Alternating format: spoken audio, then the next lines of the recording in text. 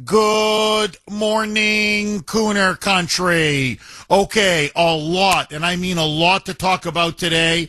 We're also going to be talking about Trump's decision now to allow 600,000 Chinese students on a visa program on colleges and universities across the country. Many of them are going to be coming actually to Massachusetts, but also to other colleges across the entire country. And it's creating a lot of backlash among his supporters. We're going to have that at 9 o'clock with a special guest. But first, is getting a 50-year mortgage a good idea?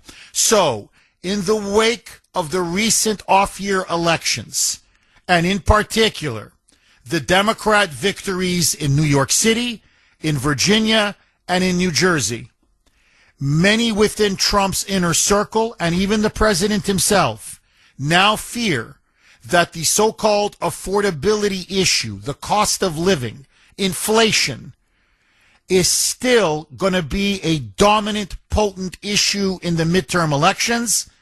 And Mamdani explicitly ran on it, but many who in the exit polls who voted for the Democrats in Virginia and in New Jersey said that the cost of housing, rent, food, groceries, utilities across the board is still way too high. And they're sending a message to Trump, to the Republicans, and to all politicians. We want you, we need you to lower prices. And so Trump is now worried, as well as Mike Johnson and John Thune, that the Democrats are going to use the cost of living issue, the affordability issue, as a stick, a bludgeon, to hammer Republicans and perhaps retake the House and even the Senate in 2026. And so now they are going to focus like a laser beam on the affordability issue. Already, Trump is telling Republicans, tell the voters, lay out to the voters that gas is coming down, that the price of eggs has come down, that the price of certain foods, vegetables, fruits is starting to ease and come down. In other words, don't let the media and the Democrats define the perception that they are now slowly defining, that prices remain skyrocketing high. The problem, however, is that that's only half true. It is true. There's no question. I tank up my car. Gas is getting it is getting cheaper. Eggs have gone down. Frankly, other items, not as much as I would like, but they do cost a little bit less. But I'll tell you this. Housing is skyrocketing. Rent in many cities like Boston, but it doesn't matter. It could be LA, it could be Chicago, it could be Philadelphia, it could be Baltimore, it could be Atlanta, it could be New York. Take your pick. Rent is getting so expensive that many people now find it utterly unaffordable. Utilities, energy bills, way too high. Now, that's primarily because of what governors are doing. For example, in Massachusetts, this is almost 100% Maura Healey. So, it's not fair to blame Trump. But the fact of the matter is, you know how it goes. He's the president, and they judge the economy based on him. And so Trump is now, it's an all hands on deck, saying we now need to find ways to tackle and confront this affordability crisis head on that was inherited, by the way, from Joe Biden. This is all because of Joe Biden and his policies. But Trump, vowed and pledged that he was going to clean up Biden's mess. And so it now appears that the 2026 midterms are going to be essentially a referendum on the issue of inflation and affordability and the Republicans' ability to bring costs and prices down. So what Trump now wants to do is he's hoping that all of these investments that are pouring in, trillions of dollars, you're going to finally see wages go up. That's going to help. He wants to give a $2,000 tariff rebate check to every middle working class home and family. Now, it's not a silver bullet, but $2,000 again puts a little extra money in your pocket and helps you deal with the buying groceries, helping out a little bit with rent, paying some of your bills. But one of the big ideas that Trump now seems to really be interested in is to provide especially first-time young home buyers the option of a 50-year mortgage. As you know, really, since the 1930s, mortgages have historically been 30 years, maybe some 40 years, but mostly it's been a 30-year mortgage. Well, now Trump and his advisors think that having a 50-year mortgage is going to bring monthly payments down because you extend the cost of the loan. By extending the cost of the loan, you can then have lower monthly payments over a much longer period of time. Now, one of the things that is driving all of this is that, let me just give you an example. When the Kuhner man was growing up in the 1980s, and to me, the 1980s remain a golden age. I can't tell you how grateful I am that I came of age in the 1980s, because it truly was a much, much better time than today, that's for sure. Certainly under Obama. But anyway, let that go. Most young people, when they bought their first home, the median age was 29 years old. I remember growing up, you were expected to get your first home by about 30 years old. You went, you worked, you spent a few years in an apartment, you developed your credit, you found someone, you eventually get married, and then, together you get your first home by your late 20s, early 30s at the latest. Now, the median age, listen now to this, where people buy their first home is 40 years old. 40 years old. And many people now say that they really can't buy their first home, until the age of 50. That, in other words, the cost of housing, the cost of homes has become so expensive, and the cost of rent takes so much out of your paycheck that you can't put enough money aside to get yourself a home. And so, the argument now in favor of a 50-year mortgage, and I just want to lay it out for you. The average cost of the median home in the United States, I'm not talking Boston, because you're going to laugh when I tell you this figure. I'm talking, you got to think about, we're going into Iowa and Kansas and Idaho. So it's not just Massachusetts or California or New York. I'm talking the entire United States. The average cost of a median home is $415,000. $415,000. Now, that doesn't even get you a shack. I mean, $415,000, and frankly, not just even in Boston, in most parts of Massachusetts, it's like, $415,000, that's an insult if you put an offer on any kind of a home. Okay? And that's the reality in many, many big urban areas. But still, it's $415,000. If you were to extend the mortgage from 30 years to 50 years, you get a $415,000 home at the current rate of interest, 30-year mortgage. It will cost you ballpark $2,500 a month. $2,500 a month. You now tack on another 20 years, make it a 50-year mortgage. You've now lowered your monthly payments by $212. It will cost you $2,288. And so the administration is arguing that by extending the loan from 30 to 50 years, you're going to be lowering the monthly payments by about $200, $220, $230. This is going to make buying a home more affordable, Hence, more people are going to start to get into get their first home, develop some equity, develop some credit, maybe eventually sell it, get another home. In other words, it's a way to tackle the affordability issue and make the American dream, and owning a home is a big part of the American dream, make it more accessible, especially to younger first-time buyers. Now, let me be brutally honest with you. I'm against it. I'm against it, and I'm against it for two reasons. Number one, let's just say you go from a 30 to a 50-year mortgage.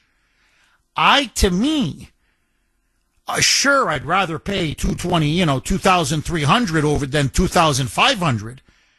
But I don't think $200.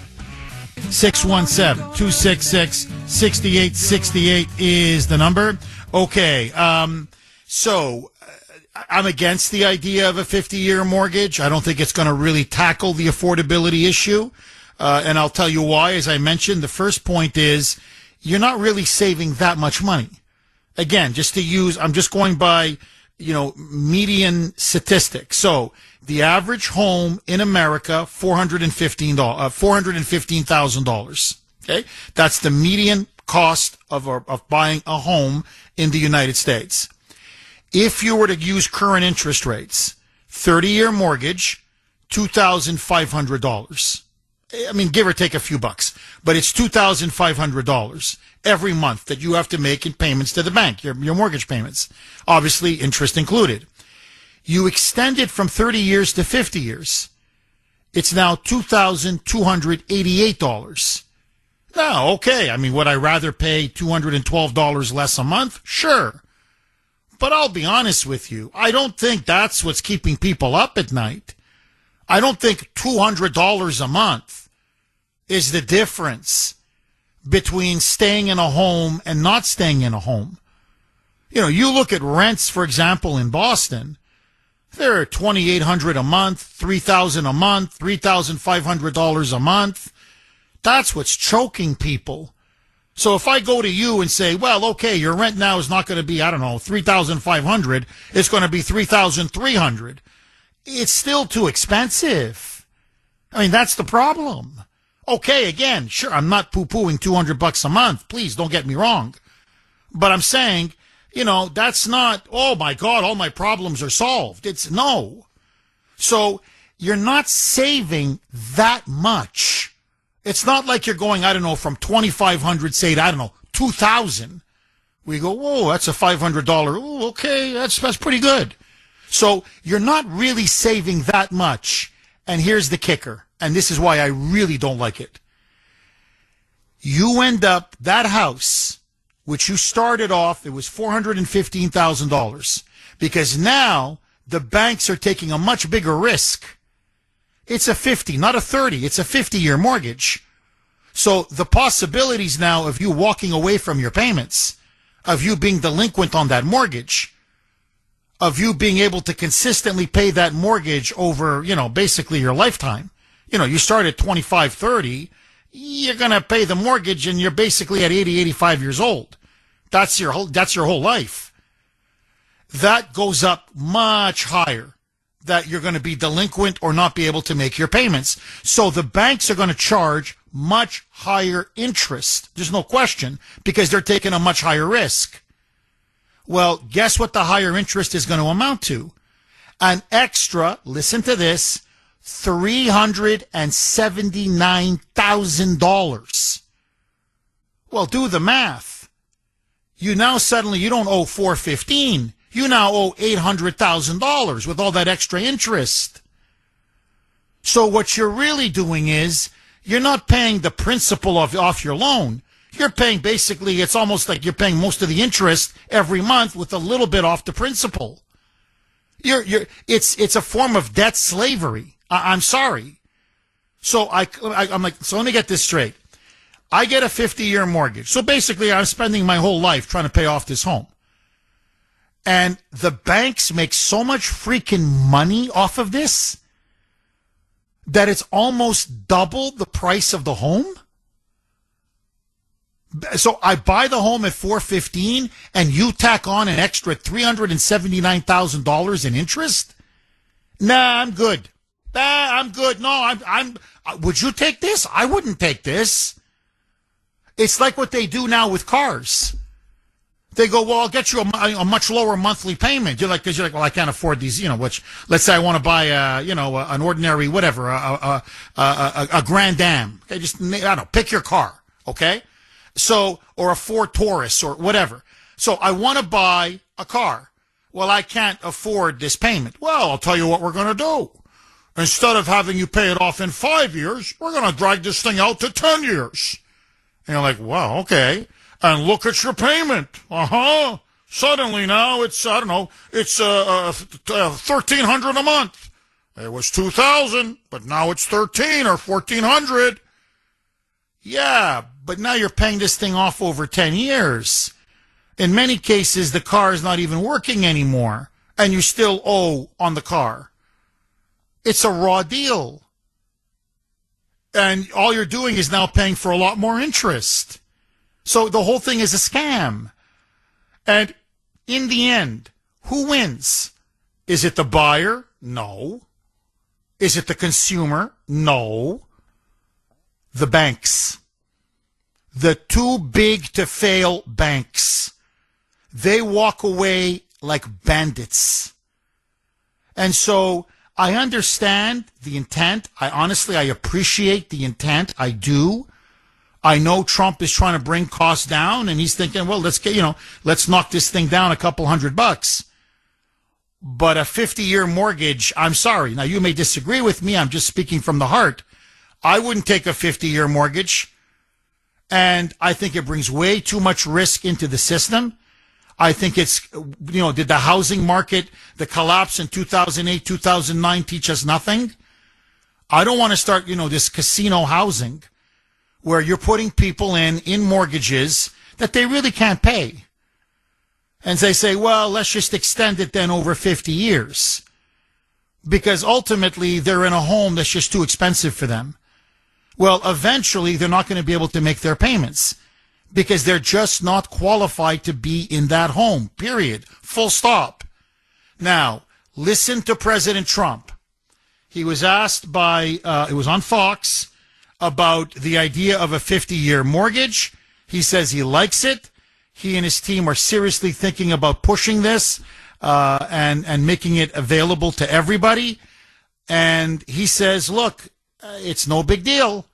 I just want to lower what you pay every single month. Roll cut 25, Mike. It's not even a big deal. I mean, you go from 40 to 50 years.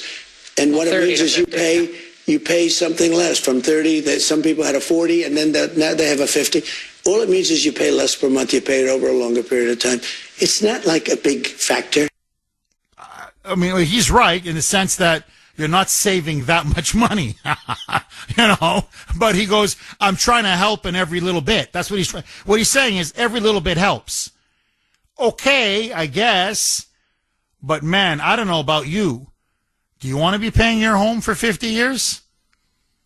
Do you want to be paying that much interest to the banks? 617-266-6868 is the number. Okay, very, very quickly, because the lines are jammed. I want you to listen now to Kevin Hassett. He is the head of the White House Economic Council. He is a big supporter of this idea. And he is asked by many now in the media, this is outside the White House, he gave a press briefing, how serious is President Trump and the administration looking at rolling out 50-year mortgages and making them available to especially first-time home buyers. Listen now to Hassett's response. Roll cut 28, Mike. How seriously is that being considered by the administration? Again, the issue is that that under President Biden, mortgage rates went up by about 4 percentage points, and that about doubled the typical monthly mortgage payment. And because of that, we've seen like a real sharp reduction in first-time home buyers especially, and also a reduction in people's willingness to move. And it's something that we take very seriously as a policy challenge, and extending the length of mortgages can reduce monthly payments by hundreds of dollars, and it's something we're taking very seriously. Now, by the way, I mean, I'm not a big fan of the 50-year mortgage, obviously, but he's right. I mean, to me, it was the excessive spending under Biden that led to massive inflation, which then meant they had to massively raise interest rates, okay, to control the problem that they created. And that's a major reason why homes became so expensive, because the interest rates skyrocketed, especially the mortgage rates. So to me, the answer is lower the interest rates. Now, I know Trump can't do it, with a magic wand. He's got Jerome Powell, who's deliberately now slowly starting to lower rates, but the rates should be coming down much faster. So we got to get rid of him as the chair of the Federal Reserve, which is going to happen soon anyway, because his tenure is up. What is it? Early next year. But to me, the answer then is lower the rates. Get a Federal Reserve chairman, like, by the way, Kevin Hassett is one of the top contenders. Put Kevin in there and have him lower the rates. That would be my answer. Now, let me just play one other cut, and then I promise I'm going to go to the phone lines. 617-266-6868. Okay, roll cut 29. Mike. Wouldn't that be the same as essentially renting, and how would homeowners build equity? No, it wouldn't, because you would basically build equity, first of all, a little slower, because it's 50 years instead of 30 years or 15 years. 15-year fixed is often a great way to build early equity. But don't forget that you get the equity if the price goes up, and on average prices have tended to increase. And so I don't think that the absence of equity is a serious concern about this. And the bottom line is that we need to, the average age of a first-time home buyer has gone up by about 10 years in just a few years, and it's something that we're very serious about addressing. Oh, I mean, I believe he's serious, no question. The question is this the solution? But basically, look, he's asked, isn't this basically, technically you own a home, but isn't just like, it's like renting with no equity, essentially. And he says, well, no, that's not really true. He says, because, we believe that the house is going to appreciate in value over time. So as it appreciates in value over time, you'll eventually start building a little bit of equity. And, and then maybe you can resell it or whatever and make a little bit of a profit.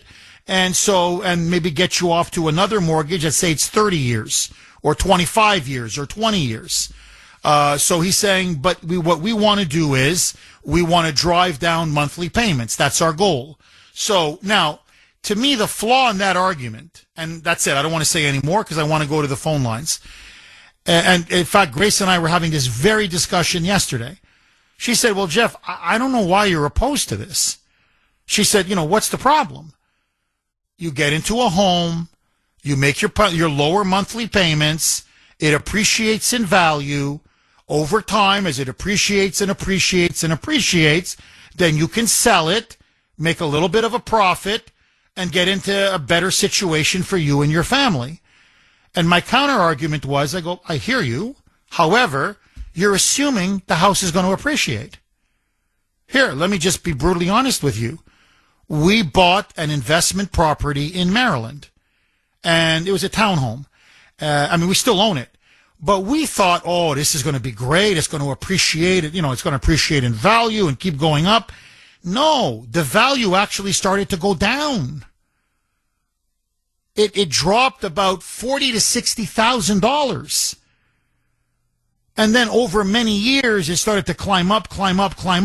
Only about a year or two ago has it finally now appreciated enough in value that it's actually worth a little bit more than what we initially paid for it. And what was this, maybe 15 years ago? So what I'm saying is you're just assuming that this thing is going to take off like gangbusters. And it's going to go up 50,000, 100,000, 150,000. No, I'm sorry. Again, that's a casino-style mentality. Nobody knows what the future holds. So you have to me, I'm a realist when it comes to money. It's very simple. Can we make payments on a mortgage? Yes or no? And can we sustain this over a 50-year period? Yes or no? And do I want to pay that much interest on any loan? And to me, the answer is no. There's no. I'm telling you, I would rather shoot myself in the head than take a 50-year mortgage. I'm obviously exaggerating for effect. I don't want to shoot myself in the head, but I'm just saying, like, I'd be like, hell, if Grace and I were at the bank and be like, oh, we really want this home. Oh, we really want it. The down payment, we can squeeze it, but damn, these monthly payments, well, hey, don't pay $2,500. I can get you in at $23 or even $2,250. Come on, you can swing it. And I'd be like, hold on, what, 50 years? 50 years? I'm not even sure I'll be alive in 50 years. No.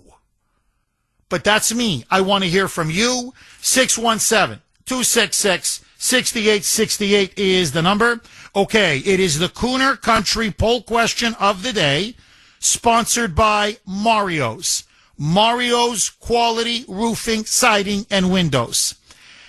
Would you buy a home or refinance your home with a 50-year mortgage? If you have that option, and now they're seriously considering giving that option and underwriting the banks, that's the key. The banks are demanding, fine, but you got to underwrite us. In other words, the federal government has to come in and say, hey, if people start not making their payments, if they get delinquent on these mortgage payments, the banks are going to be technically on the hook for the money. The government is coming in and it's going to say, no, we're going to backstop you. So ultimately, the taxpayers are going to be on the hook. So the question I have for you is, would you buy a home or refinance your home with a 50-year mortgage to get slightly lower monthly payments, about $200 a month? A, yes. B, no. You can vote on our webpage, wrko.com/Kuhner, wrko.com/Kuhner, Kuhner. You can also vote on X. And again, I was active on X yesterday. All one word. That's my handle. One word, at the Kuhner Report, Kuhner. I am not just a hell no on a 50-year mortgage. I'm over my dead body, no. But that's me. Lisa in Methuen. You're going to kick us off, Lisa, and welcome. Good morning, Jeff. It was good seeing you a couple of weeks ago at the Kelly event. So I'm calling you from my retirement home in the future in Florida. But I called. Lisa, I want to forgive me. That was my bad. I didn't hear Mike. Mike was telling me we had to go to break. It is so sad. I want to go back to Lisa and Methuen, but just before I go back to you, Lisa, by the way, 6:50 now on the great WRKO, Jeff Kuhner, Boston's bulldozer. I think just now, Mike and I had a brief exchange before we went back on air, and this really sums it all up, and it's really sad. Mike, I don't want to give away his age, but he's basically now into his late 20s, okay? And, when I was growing up, and for most of American history, that was basically the age you bought your first home, right? 28, 29, 30, something 31, whatever. So Mike is now in that age range. So I asked him, I said, Mike, are you a 50-year mortgage guy? Would you pay for, would you get a home, first time home, and, and put a 50-year mortgage on your back? And he said, to be honest, buying a house is so expensive now for his generation. It's like you don't even think about it. It's just you don't even consider it. like 30-year mortgage, 50-year mortgage, 15-year mortgage, 20-year mortgage, 25-year mortgage. Like it's so expensive. I'm, no, really, it's like if we could just get out of our parents' home and get out on our own and just even rent. And rent is also extremely expensive. So this is what I mean. It's almost like we don't even 50 years, 30 years. We just can't afford it because everything's gotten the cost has just exploded. And that to me it's very sad. It's very, very sad.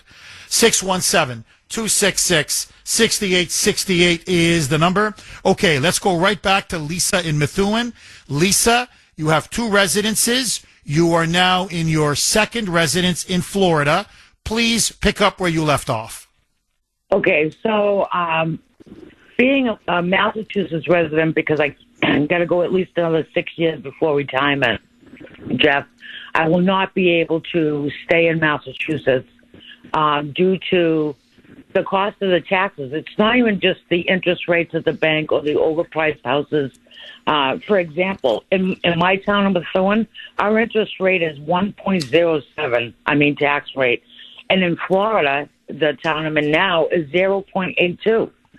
My nephew, who's 30 years old, still lives at home with my sister because he's been looking at property, and if he goes to New Hampshire, he's going to have a longer commute because he's a physical therapist, goes into Boston. And he can find maybe something pretty decent, but it's the interest rate. This 50-year mortgage, when I bought my house off my family when my dad passed, I bought it for $240 at an interest rate of 6.7, say. We refinanced in 2021 at 2.75 for 15 years. My house from 240 is now worth 750. I'm in a good position. I could sell my home. I could easily pay cash in Florida when I want to retire if I want another house. But for people like my son and my nephew, there is absolutely no way with the price of the houses, the taxes constantly going up. My taxes for my house when I first bought it in Methuen was $2,800. It's now $6,800. There is no way that a young person can afford to buy a house. And that, Jeff, has to do with both parties, Republican and Democrats. My tenant, my house in Methuen, I have a tenant upstairs. I only charge her $1,700.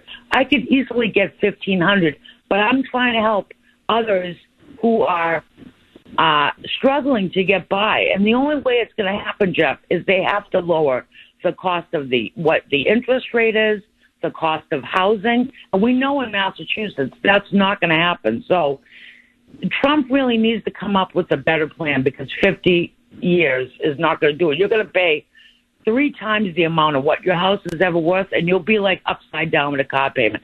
I'm going to let you go, and I just want to hear your thoughts. Keep doing a good job, Jeff. Thank you. Thank you, Lisa, and thank you for sharing that. Well, look, that's the other thing is the property taxes. They're punishing. Look, really, and by the way, it's not just a Massachusetts thing. It really, just across the country. There's some states it's not so bad, but overall, everybody says it's not just the cost of the homes that are getting more and more expensive. It's the property taxes. And they just keep going up and up and up. No, look, and what this is, to me, there are 3 things to do to solve this very quick. 1, get someone like Kevin Hassett, frankly, in there as Fed chair, lower those freaking interest rates. Okay? That number 1. Number 2, supply. Forget, on the demand side. Supply. Build more homes. Period. And make it profitable. In other words, take off the regulations, take off the red tape, take off, these home builders say, my God, they tie our hands. You wouldn't believe it. It's impossible to put up homes or a community or whatever because you've got to deal with, the federal government, the state government, the local bureaucracy. They go, you don't understand. It's just after a while, it's a hassle. It takes forever to build and it becomes so expensive to build, which is why everything is getting more and more expensive. But if you could get the regulations off their back and build up supply, well, obviously, the more homes, the prices start to go down. And this is the big one. This is the elephant in the room. Illegal immigration. Boston is exhibit A. Okay, but I can do city after city. When you bring in 20 million illegals in 4 years, and you've got 30 to 40 million illegals in the country, and remember, you're paying them to pay the rent, right? It's not as if they're sleeping on the streets. So like in Massachusetts, Maura Healey's giving them $30,000 every 2 years to rent an apartment. So they're going to go around and snatch all of the apartments. What does that do to rent? It drives rent through the roof. Because now you've got all of these millions and millions and millions of people competing for housing and for rent and for rentals against, ordinary American citizens and legal residents. So that's what's causing the housing market to explode, and the rents that I don't know how people afford. I'm being honest with you. I hear these horror stories. $3,000 a month, $3,500 a month. You've got people in their 20s. Like, in a way, to me, socialism is never the answer. So I know ultimately I never understand how somebody can vote for Mamdani. But what I'm saying is I can kind of get it a little bit. These people in their 20s and 30s say there's 4 of us in an apartment. That's the only way we can make it because the rent is so high. I don't want to live with 3 other strangers in an apartment, or even if they're friends. Like, come on. My parents had an apartment, they saved some money, and they got a home. Like, that's the American dream. Well, we can't even forget about owning a home. It's just too expensive. Now, you're lucky if you get out of your parents' basement, because you're right, Lisa. Many, many young people today, and young is now 30, 32, 33, 34, they're still living with their parents because they can't afford it. Now it's, let me get 2 or 3 roommates, and together we'll cobble together enough rent money every single month because the rent is so expensive. Well, yeah, because you're competing against an army of illegal aliens. So, just objectively, imagine what would happen. 20, 30, 40 million illegals suddenly gone. Say you just snap your fingers and they're automatically transported to the country of their origin, where they came from. What do you think would happen? You could just feel it. Oh my God, there'd be apartments everywhere. There'd be vacancies everywhere. There'd be also a lot less congestion. And also, there'd be so much welfare, more welfare, social services, money available for American citizens. And our hospitals wouldn't be to the, overflowing, and our schools wouldn't be overflowing. But let all that go. Look at the available supply in housing. Well, what would that do? It would drop the price dramatically. It would be normal, not the way it is now. People don't realize this. You can look it up. Even in some of the poorest third world countries in the world, take Caracas. I'm just going to use that as an example. Venezuela, very poor country. Take a look what rents are in Caracas. You're going to say, how do people do this? So even in very, very poor countries, because there's so many people, rent, housing, expensive. It skyrockets. Here's the difference. They're used to sleeping 10, 12, 15 in a home, or in a 3-bedroom or 2-bedroom. We're Americans. Okay? We're Westerners.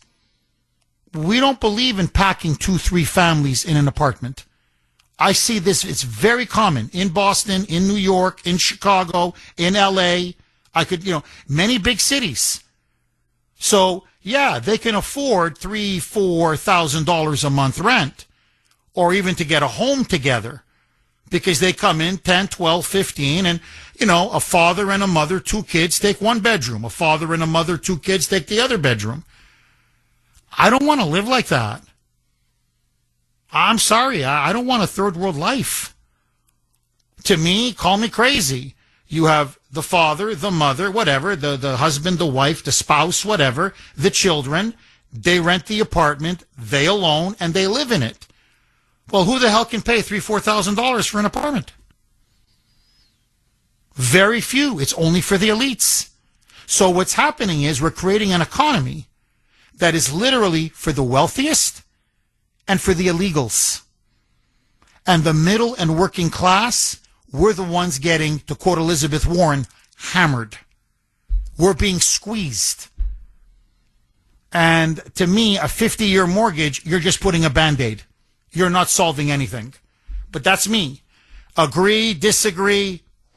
David in New Hampshire. Thanks for holding, David, and welcome. Hey, good morning, Jeff. Hi, David. Good. Yeah, I don't like the idea of it. I mean, if people want to, take a 50-year mortgage, that's on them. But I mean, think about it like this. I mean, most people aren't buying at 20 years old, and at 20, you'd be paying for it until you were 70. I mean, if you buy it when you're 40, what happens when you want to retire? And most people, at least that I know, they retire. I mean, their income is a lot lower than when they were working. I mean, how are you going to afford it then? And pay until you're 90? And you stole my thunder there, because I was going to say, 3 things in my mind that would fix this, and you already mentioned it, was illegal immigration. To get rid of all the illegals, and that would lower the rents and everything else, lower the interest rate, and get rid of Pam Bondi, because until we can, the one that Obama repealed there, that the act. Yeah, the Smith-Mundt Act. The Smith-Mundt Act. MUNDT. And stopping the deep state, and without putting getting the media back to the truth. I mean, the propaganda and everything, nothing is going to change. Nothing is going to ever change unless we can, take this country back, get rid of the illegals, and lower the interest rate. I mean, I'm 54. I own a home, but it's a mobile home. Yeah. Okay, it's tripled in value, but that means nothing. It's not going to get me anything, and there's no equity on a mobile home. So, you know what I mean? It's like you just keep paying and paying. I don't even own the property, Jeff. They call it a co-op. It's a trailer park. Let's be realistic, okay? And, and I pay property taxes just on the house because I don't own the property. I basically rent the property. And, it went from $800 a year 10 years ago to $3,200 a year. And I don't even own the property. That's disgusting. I mean, that's what I mean. It's highway robbery. And that's happening. It's not, if it's any consolation, David, it's not you. It's happening all across the country. That's what I mean. So, and Mike was in my ear as you were talking, to reinforcing your point, because you were saying, say you buy a home at 40, what are you going to have a home until you're 90 years old? So Mike said to me, because Mike's 27, 28, and Mike says, Jeff, even if I got it now, right now, 50-year mortgage, I don't know if I'm even going to live that long. I mean, what am I going to be, 77, 78? So you're dead on, David. Look, I like the intention. You want to help lower prices, of course. But no, we need something more serious than this. David, God bless you, and thank you for that call, my friend. 617-266-6868. No, look, we're being dispossessed off of our own land and off of our own country. That's what's happening with illegal immigration. And they've rigged the entire system to benefit them. And of course, the wealthy oligarchs who control both parties. So, yeah, look, if you're, let's say, if you're a hedge fund person, if you're a high-tech person, if you're in the banking financial class, you've never made more money in your life. So what do you care about inflation? Oh, really? So what? Okay, I'll pay $3,000 a month. What do I care? You're making millions.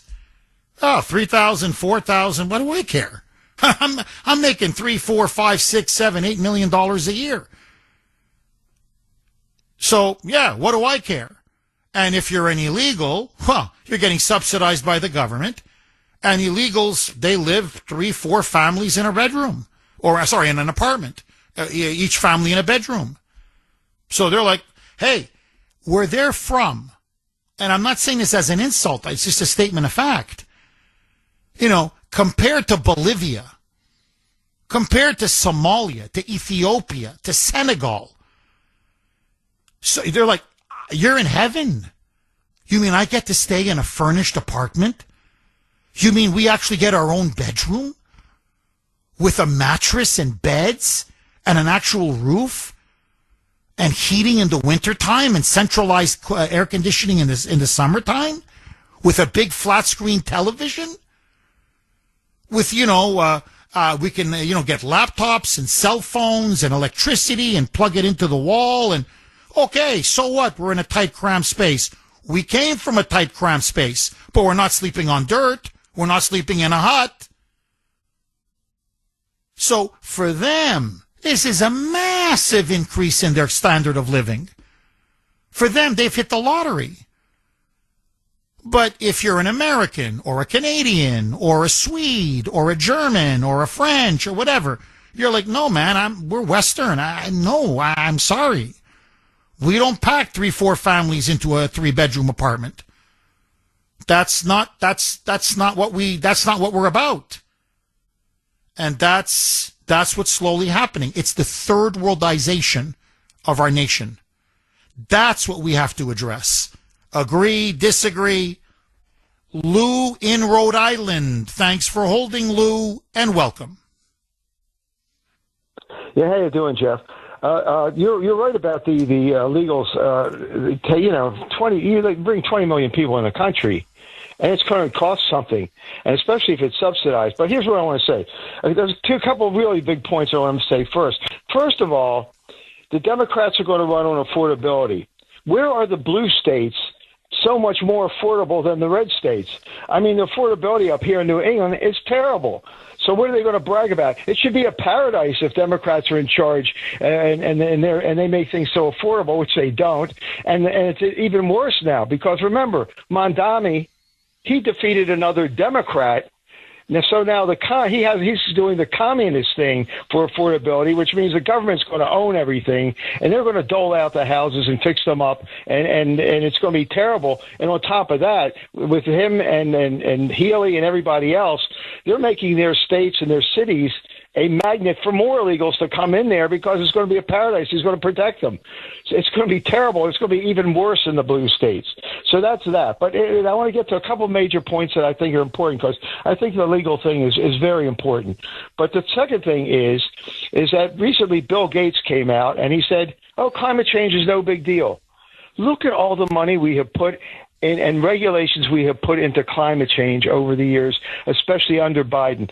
The new Green Deal bill that they call the anti-inflation bill is $891 billion. And that's to subsidize all this green stuff. Not only that, look at the cost of energy. If Maura Healey had not stopped those pipelines, your energy prices would have been down much lower by now, way down lower. If we could have had more nuclear and used more fossil fuels, our energy would be way lower. Trump, first of all, number one, has to focus on energy. Get these energy costs down, force the blue states to start bringing in more energy cheaper, either through pipelines, through nuclear.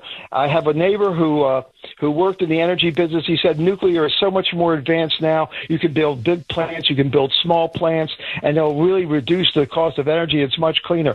Get rid of all the green energy regulations that we have. That drives up the cost of housing. It's ridiculous how much you got to have solar, you got to have this, it's got to be there, it's got to be this. And then it's like Thomas Sowell said, the regulations killed housing in California.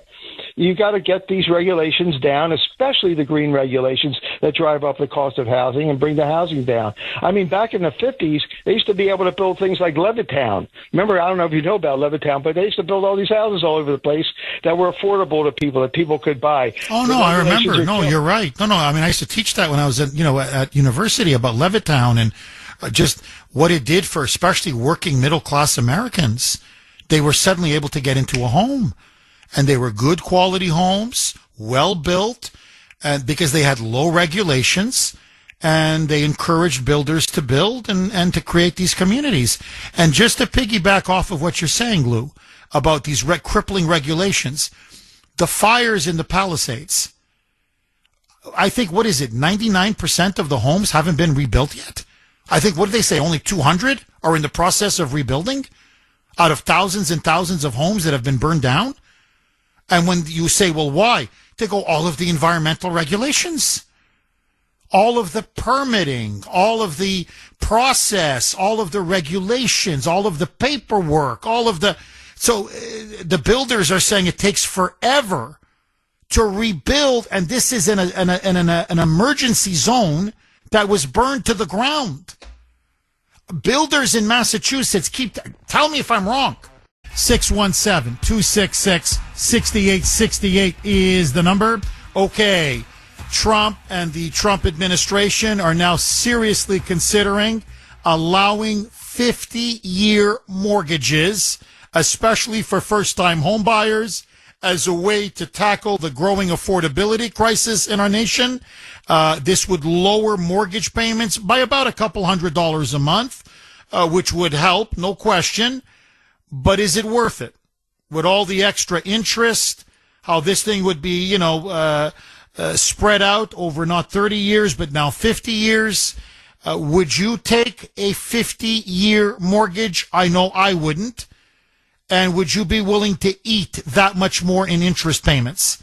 And it would come to about $379,000 on a $415,000 home.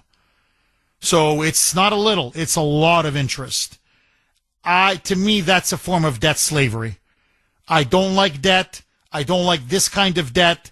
And I certainly don't like it when big banks, because remember, in the end, if this is a bubble, if you've got too many people in 40, 50-year mortgages and they can't make their payments and they go delinquent, it's not the banks that lose the money.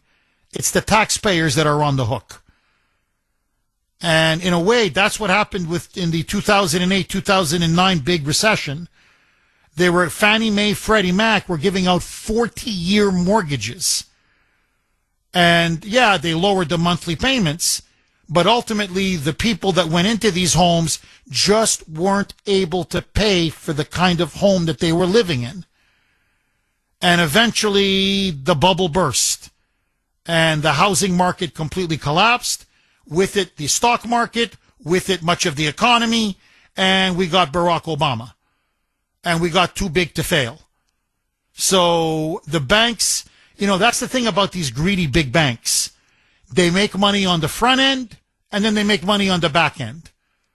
So no matter what, they don't lose. Heads I win, tails you lose. So if you make your payments, they still make a ton of money on the interest. You don't make your payments, the taxpayer, Uncle Sam, will underwrite the loss. So the bank, it's like in a casino. The house always wins. In this case, the big banks always win. 617-266-6868. Agree, disagree. Eric in Plymouth. Thanks for holding, Eric, and welcome. Good morning, Jeff. Hi, Eric. Speakerphone right now. Thanks for taking my call. The realization here, Dave, is, it is the house, and the house is going to win. In this 50-year, okay, well, how is it going to benefit we, the people? Okay? And reverse mortgages, we've been through this. Again, realization, as you just had just laid out, this moment from Bush, okay, who the surveillance state to Obama, okay, after 9/11. Eric, let's see if we can try to reconnect, as your phone connection is horrible. Every second word, we're losing it. And we just dropped him. I'm sorry, Eric. No, look, let me just ask all of you this, because this is the counter argument, and I think it's a good counter argument, which is, well, look, Jeff, instead of renting, and if you rent, you're not building any equity. Right? I mean, sure, you got a roof over your head, but the money's gone. Right? You give your check to your landlord and that's it. Sayonara. You get nothing in return for it. But if you go from a rental apartment to owning your own home, even if it's a 50-year mortgage. Well, whatever little equity is being built up, it's yours. So you're living in something that you own or in the process of owning. So it's still much better than just being out on, just renting. So yeah, it's more interest. Yeah, it'll be paid off in a much longer time period. You can, by the way, if it goes up in value, you can resell it, pocket the difference, get yourself a better home or at a better mortgage rate. In other words, something is better than nothing. And what Trump is now offering, or at least his people are now offering, is something. It's a couple $100 less a month in mortgage payments, and it's a chance to own a home, especially for younger people in which that dream is now gone. So I'm just curious, what say you? 617-266-6868 is the number. Maestro Mike, who would you like me to go to next, Mike? Kim in Brighton. Thanks for holding, Kim, and welcome. Good morning, Jeff. Thank you for taking my call. My pleasure. I am completely against this idea, and I have to say that politicians are not our friends. Politicians are the enemies of taxpayers. The number one way, in my opinion, to stimulate the economy is to index the capital gains rate to inflation. People don't seem to realize that we're actually all slaves. Some of us live in nicer cages than others, but we're all slaves. And the two main things that have happened over the past 5 years that were so deleterious to our way of life were, number one, opening the borders, and number two, with the money printing, and BlackRock and Vanguard buying houses. That would be a third point, but that's partly with the money printing. And so people live in houses, and the government values the property, and they can increase the mill rate, and then when they increase the value, they can tax you more. So if we're paying taxes on property and our home, who really owns the property and the home? And so I think the bankers, the Luciferian money printers, are really the people who are responsible for all of this.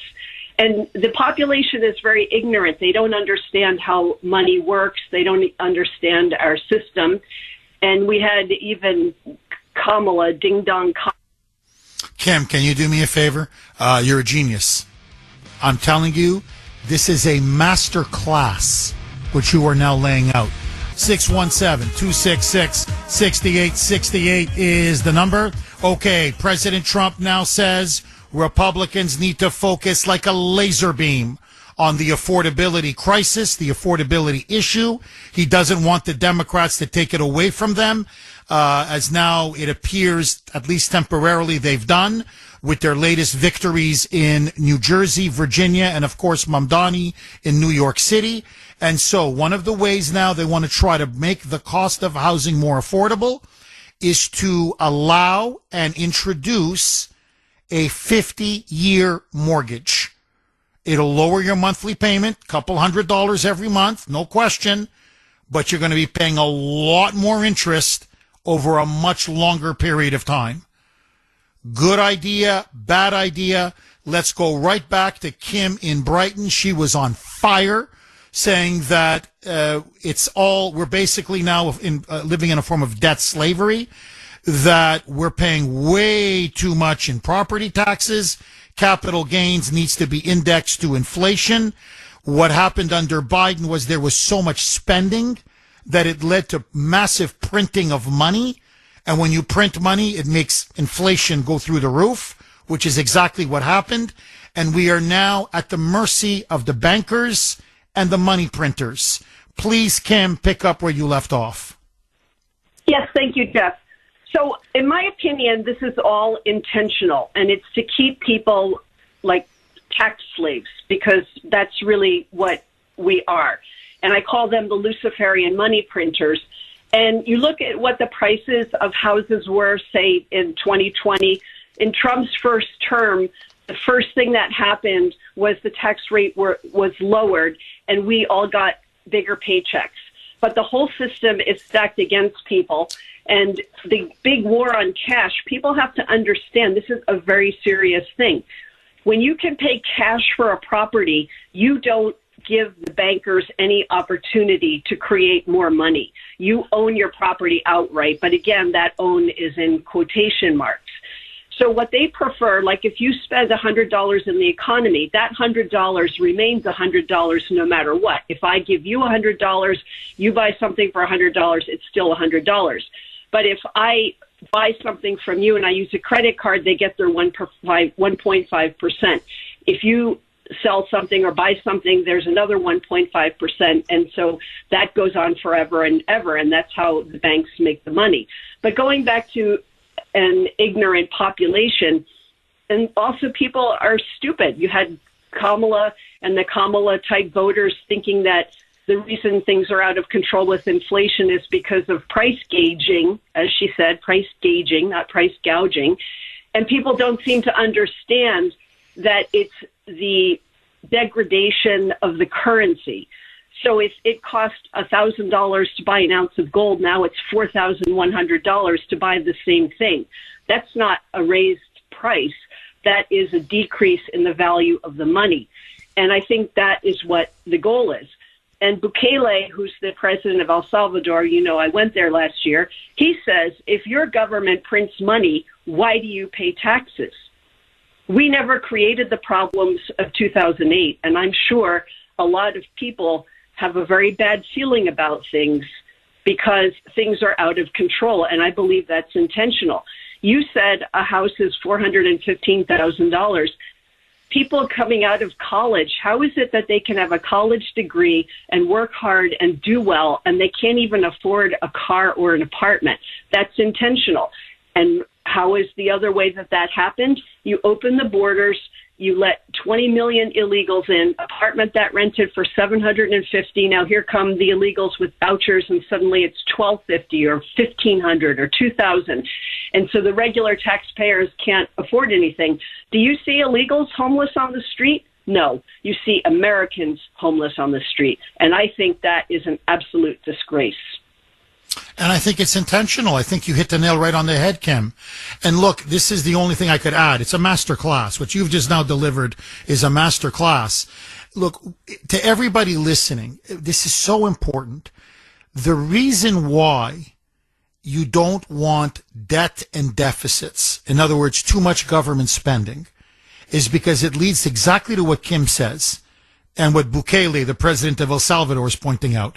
The only way to pay for it is either through higher taxes or through borrowing. And how do you borrow? You have to borrow by printing money. And what happens when you print money? Automatically, it leads to higher inflation. So you're paying more for the same cup of coffee, the same bottle of Coke, the same bag of chips, the same cheeseburger, the same pizza, the same apartment, the same whatever, the same car. That's what inflation does. That's why you never allow the kind of insane spending that we saw, for example, under Biden, because it automatically leads to more money printing. And that's where the Federal Reserve comes in. And it's diabolical. It's evil. The Federal Reserve is evil. It's one of the most evil, destructive institutions ever developed. Because that's the key institutions that just keep printing money. That's why the banks love the Fed. They love the Fed. The globalists love the Fed. The donor class, the wealthy financial class, they love the Fed. Because that's print more money, print more money, print more money, print more money. And so you're right. The elites, led by the banks, make money hand over fist on everything. But who gets poorer? We do. And we're debt slaves because now you're just perpetually in debt. Look, let's just be honest. I hate to say this, but let's be honest. If you look at the mortgages that we're holding, if you look at what we owe on our cars, if you look at everything that, I mean, our credit cards, forget the fact that we're the most indebted nation in the history of the world. Personally, Americans, we're swimming in debt. I mean, I'm not saying every single one of us, but most of us, we're swimming in debt. Well, if you're in debt, you're not the master of your own destiny. You're right. You're basically a slave. So we're a slave to make the payments on our debt, and then we're enslaved to keep paying more and more taxes as inflation keeps going up and up, meaning the cost of everything. So we're just paying more in prices. Well, now you know why there's no middle class, or we're feeling squeezed. Now you know why we're feeling it from every angle. Now you know why. You ask yourself, how come I feel so much worse off than, say, 15 or 20 or 25 years ago? Because this is why. So that's why you never want runaway, irresponsible spending. Because in the end, it's not the government that pays for it. It's you. It's me. It's the ordinary taxpayer. I want to ask you something. Kim, are you still there? Kim? I'm right here. Okay, go ahead. All right, Kim, I want to read to you. These are two messages I got from Larry. And I want to read them to you, and I want to get your reaction. This is what Larry wrote, and I think he's spot on both, but I'd like to get your take. He says, Jeff, this reminds me of a football team that's firing on all cylinders in the first half. We're up 2 scores, and then we decide to drop that game plan and blow the game in the second half. Trump had the formula in his first term, and we were thriving. Stick to what works. In other words, Larry is saying he thinks that Trump's economic policy was better in his first term than in his second term. And then he says this, Jeff, broken leg, government regulations and artificially inflated interest rates have made it near impossible to buy, especially a home. And they're telling us more government regulation is needed to fix it? No thanks. Kim, I'm just curious. You talked about the big tax cuts in the Trump in the first term, more money in our pocket. Interest rates were much lower when Trump was in his first term. It's not his fault. Jerome Powell, Biden, they had to raise the rates. But what I'm saying is it seemed like Trump had more of a focus on improving the working middle class and making the cost of living lower than he is in this term. Am I wrong? Is that just a perception? What say you? And is Larry right that if you look at housing, you take away government regulations and artificially high interest rates, and the housing market will go like gangbusters? What say you? I agree with Larry's points 100%. Trump is really different this time. It's like he's a different person. I felt that he was the first politician who represented me as a taxpayer. I do not feel that now. I feel with all this foreign getting 600,000 Chinese and doing this and that, and nothing is helping us here at home. And again, going back to the property taxes, you look at the millage rate, and they can... Oh, no, you're right. No, I mean, I'm sorry, we're up against it, but no, you're right.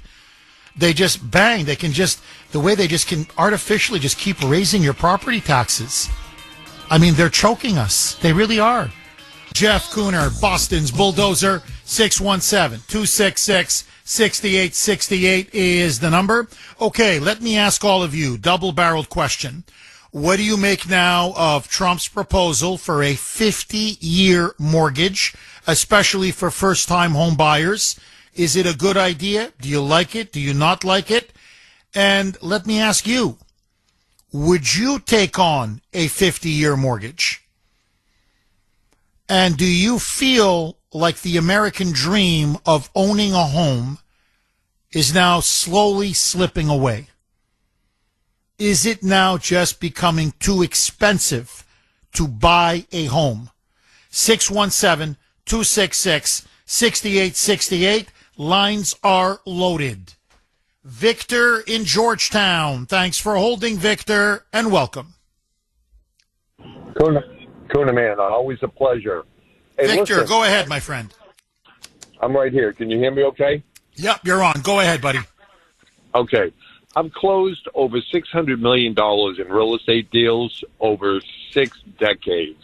So what I might have to say might have a little more weight than what the mill rate is on your real estate, which is a local item. But anyway, I'm not against the 50-year mortgage. I'm not in favor of it. And as far as first-time home buyers, if the interest rate goes down and if the 50-year mortgage comes into play, real estate values are going up, not down.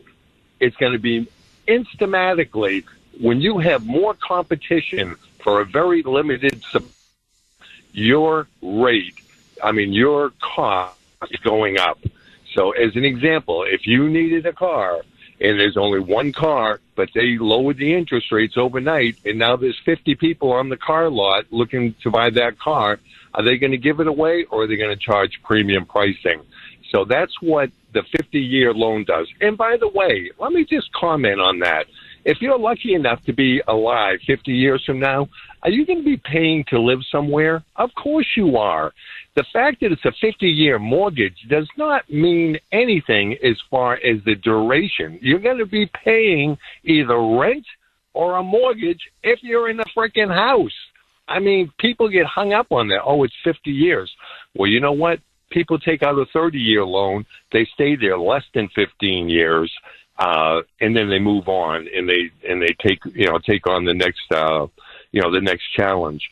But the only hope for the person buying a house today is more supply.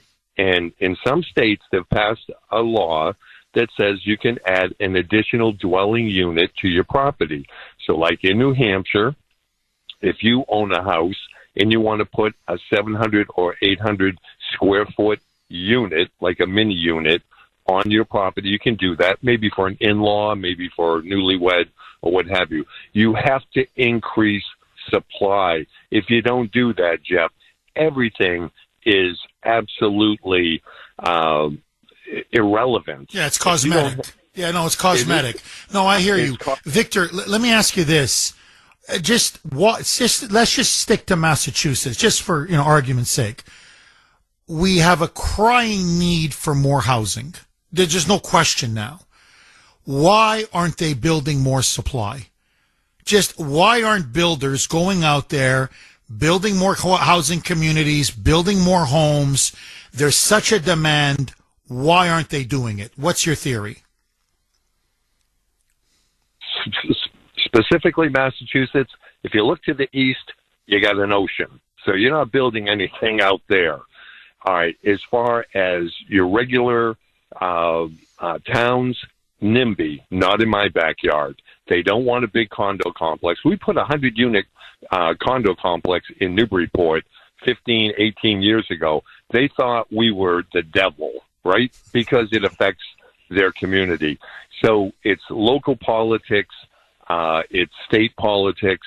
If you little things like this, like the governor not allowing natural gas pipelines coming into the state so that we can't supply the buildings with an economical heating supply. We have to go to electric heating, which is ludicrous. And let me just throw an aside in here, Jeff. You may agree with me, but Pam Bondi, I heard someone take a cheap shot at Pam Bondi this morning. Listen, they just arrested Governor Hochul's staff for being a communist spy. It was on last night's news. You may have picked it up. So the corruption in government is notorious in Massachusetts. There is nothing sane that's going to happen in this state until you get competition for the Democrats. Oh, I agree. Oh, that's on that you're, frankly, on most of your points, but on that you're, Victor, you're 1,000% correct. There is so much corruption on Beacon Hill, so much corruption in the governor's office, so much corruption in the mayor's office. It's disgusting. Until you have a competitive two-party system, until you end one-party rule, until we start getting some serious, thoughtful Republicans in positions of power, it's just going to get worse and worse and worse. Look, I mentioned this on X, and I hope all of you go and read it and pass it on. People don't know this. Michelle Wu, listen to this. It's a bit of a side topic, but it goes to corruption. Michelle Wu, the moonbat mayor of Boston, now that she won re-election, is going to give herself a $43,000 raise. Her annual salary, listen to this, is now going to be $250,000 a year. A year. $250K. Now, remember, she's got a lavish expense account, gold-plated health plan, dental plan, 24/7 around-the-clock security. She's got a car service. I could go on and on. So it's not just a straight 250 and that's it. All of these other perks and benefits. But my point is, as I said on X, objectively, just literally, there's no disputing this. Under her watch, crime has exploded. Violent crime has gone way up. Drug use, open-air drug markets like you see on Mass and Cass has gone through the roof. Inflation, through the roof. Cost of living, through the roof. You go right down. She has run this city into the ground. On what planet does this woman deserve a raise? And I'm not talking let me ask all of you, when have you gotten a $43,000 a year raise? Like just boom, in one shot, 207 to 250. When have you gotten a $43,000 raise? It's obscene. So the more incompetent you are, the more corrupt you are, the more destructive you are, the more money you make in this state. If you're a hack, it's unbelievable. And by the way, she has made Boston unaffordable. I'm not saying it was cheap before, far from it, but sanctuary cities, encouraging illegals to pour in, her mini Green New Deal. She has made housing she's made it almost impossible to build anything in Boston. And she has now literally flooded the city with illegals. And by the way, and the Boston City Council, no, it's not just her. The City Council voted themselves in massive pay raises. So Victor's, as I like to say, not 100, he's 1,000% correct. So money is changing hands, kickbacks. They're owned and dominated by the environmentalists and the green lobby. There's tremendous pressure now not to build homes, to force people into low-income, big apartments, low-income housing. They don't want people to own a home because it's bad for the environment. It's bad for the climate change. It's too big of a footprint. I'm not kidding. So what they want is 15-minute cities, like in the third world, where everybody is stacked and packed into these high-rise, low-income apartments. But not for them. Not for the, not for the party, not for the ruling class. No. They get to keep their mansions and dachas. But that's for the peasants, for you and me.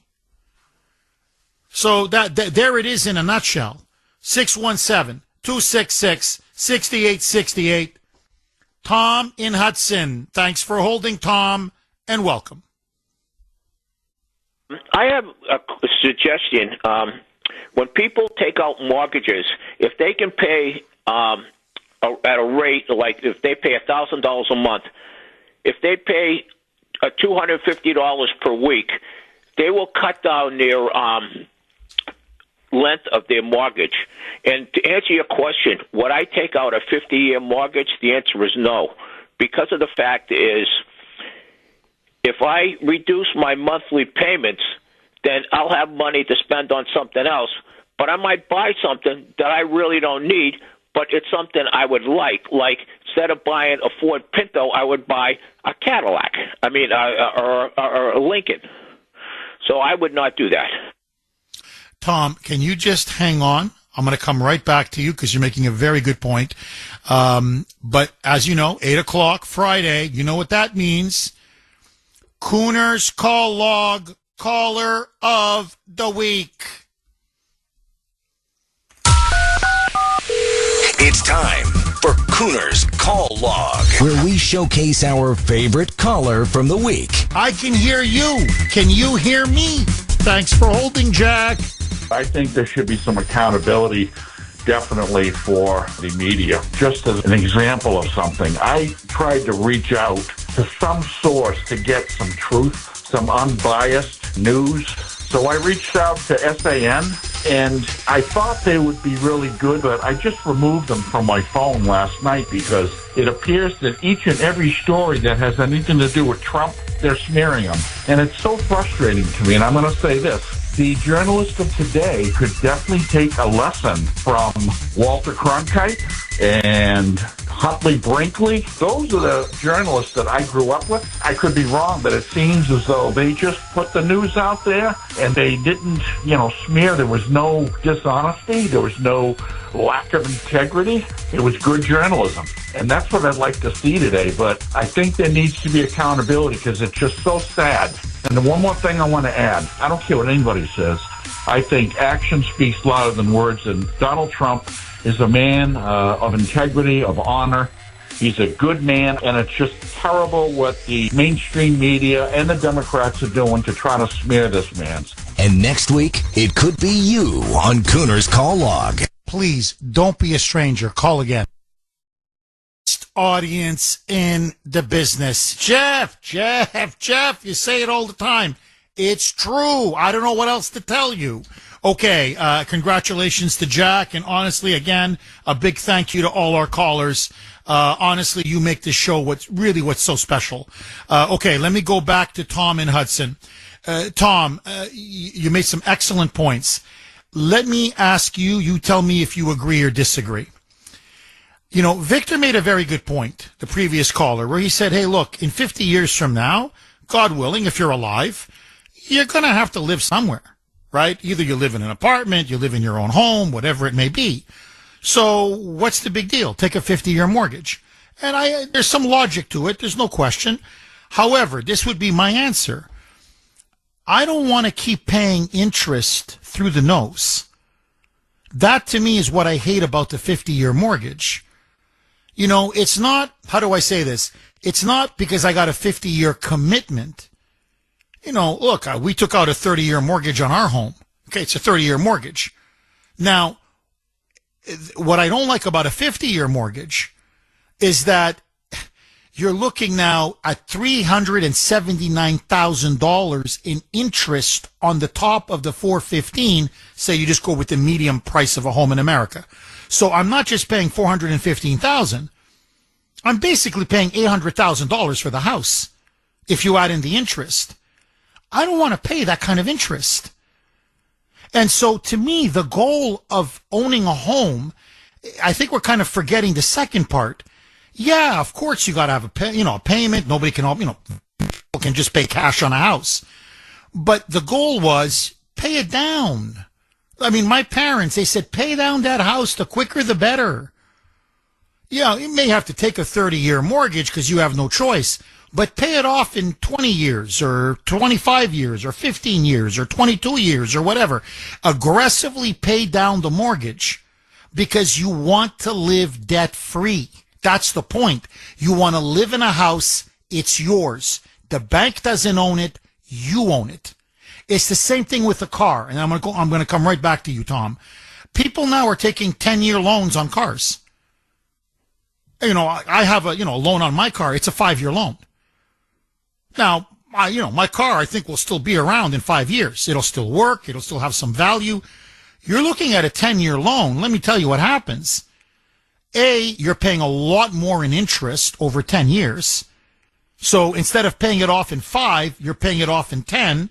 And so that's 5 more years of payments with a lot more interest. So in the end, the car has cost you much more than what you initially bought it for.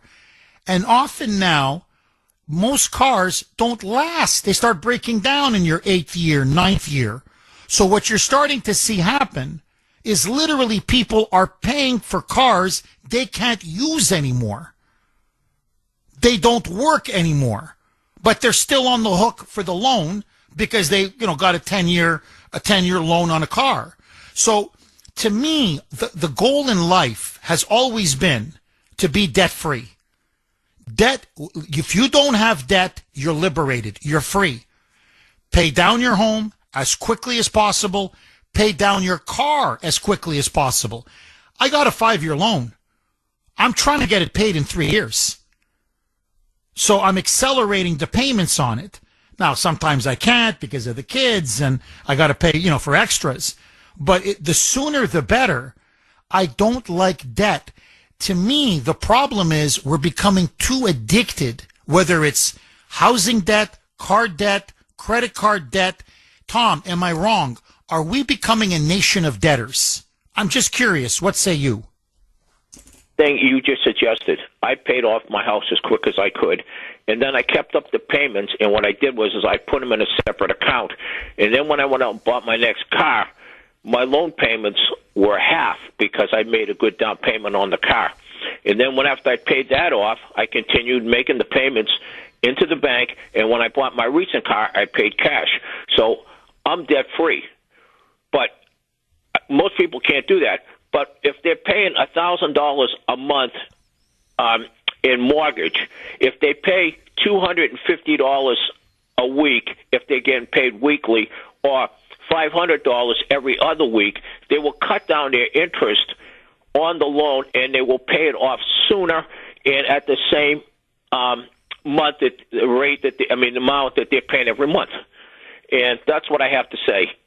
Oh, and the only other thing I would. Tom, you're a brother from another mother. I'm telling you. When I listen to him, I'm just nodding my head up and down. Yep. No, we paid down the mortgage even quicker. We made more aggressive payments. Oh, I love you. Then I kept paying the same payments to pay down my car. I'm like, I love you even more now. And then I ended up, getting selling it and whatever, and then getting rid of it.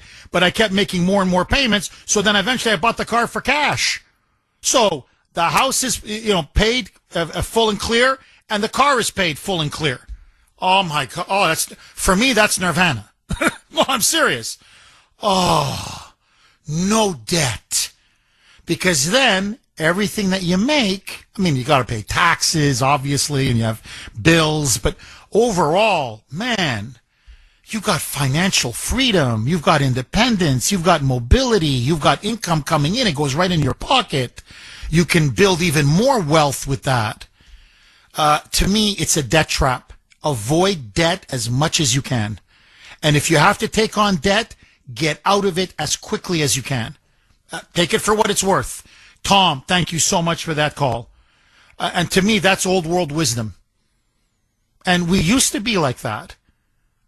I remember, look, even my parents and all of their friends, it would be, a dishwasher. The idea of putting a dishwasher on a credit card, this was like anathema to them. No, you save for the dishwasher, and then you buy the dishwasher full price. Sure, you're inconvenienced for a couple more years. You don't have the dishwasher, but then when you buy it, it's yours. You own it. But the fact that you buy, you buy it, but then you put it on this, long-term payment plan. And to me, my parents were like, no, the store owns or the bank owns your dishwasher. You don't own your dishwasher. Now, look, full disclosure, we had a dishwasher. We put it on a payment plan. But I'm just saying, ideally, to me, save and buy. If you can, save and buy. But that's me. 617-266-6868 is the number.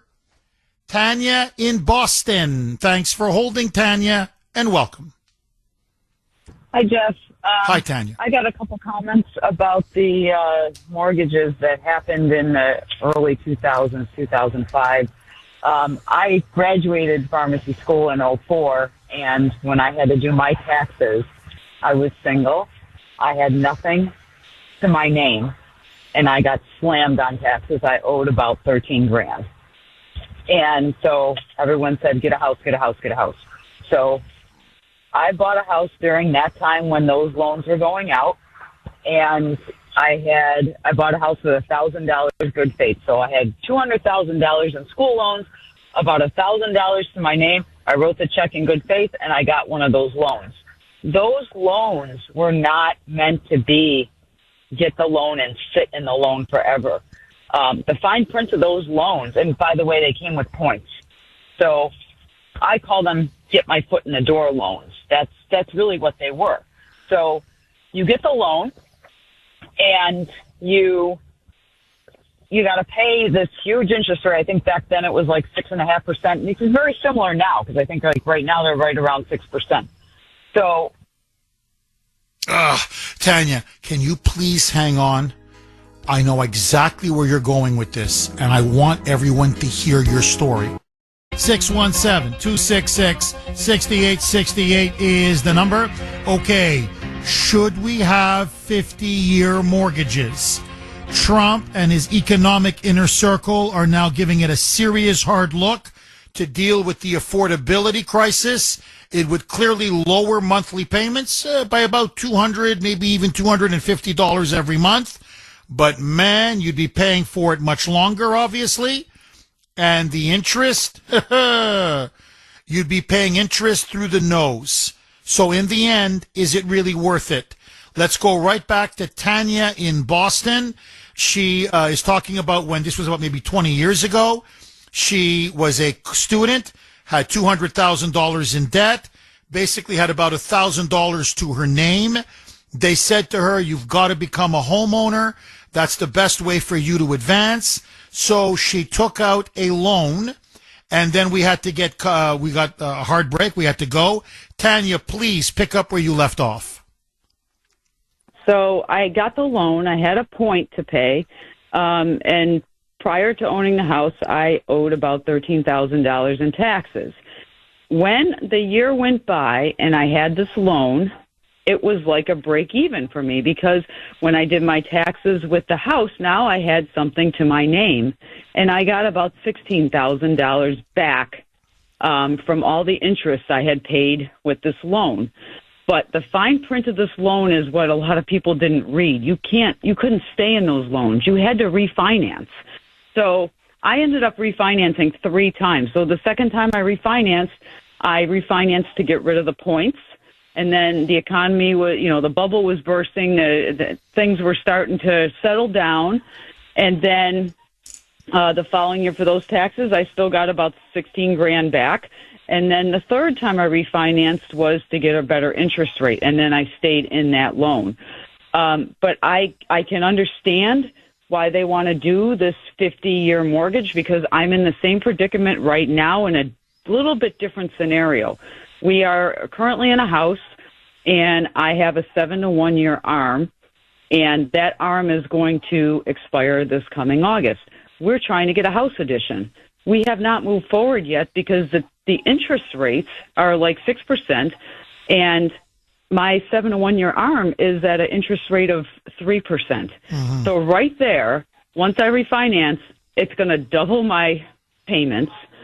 My payment amount. And then if I want to add the addition on top of it, we're looking at like 3 times the amount of money that we're spending per month. So for me, I think if you're talking about the 50-year, I can put kind of a positive spin on this. It depends on the mentality that you're going to use a 50-year loan. So when I heard you say that on the radio today, I immediately texted my husband. I'm like, they're going to do a 50-year loan. That's our win, because we can get in it, and it depends.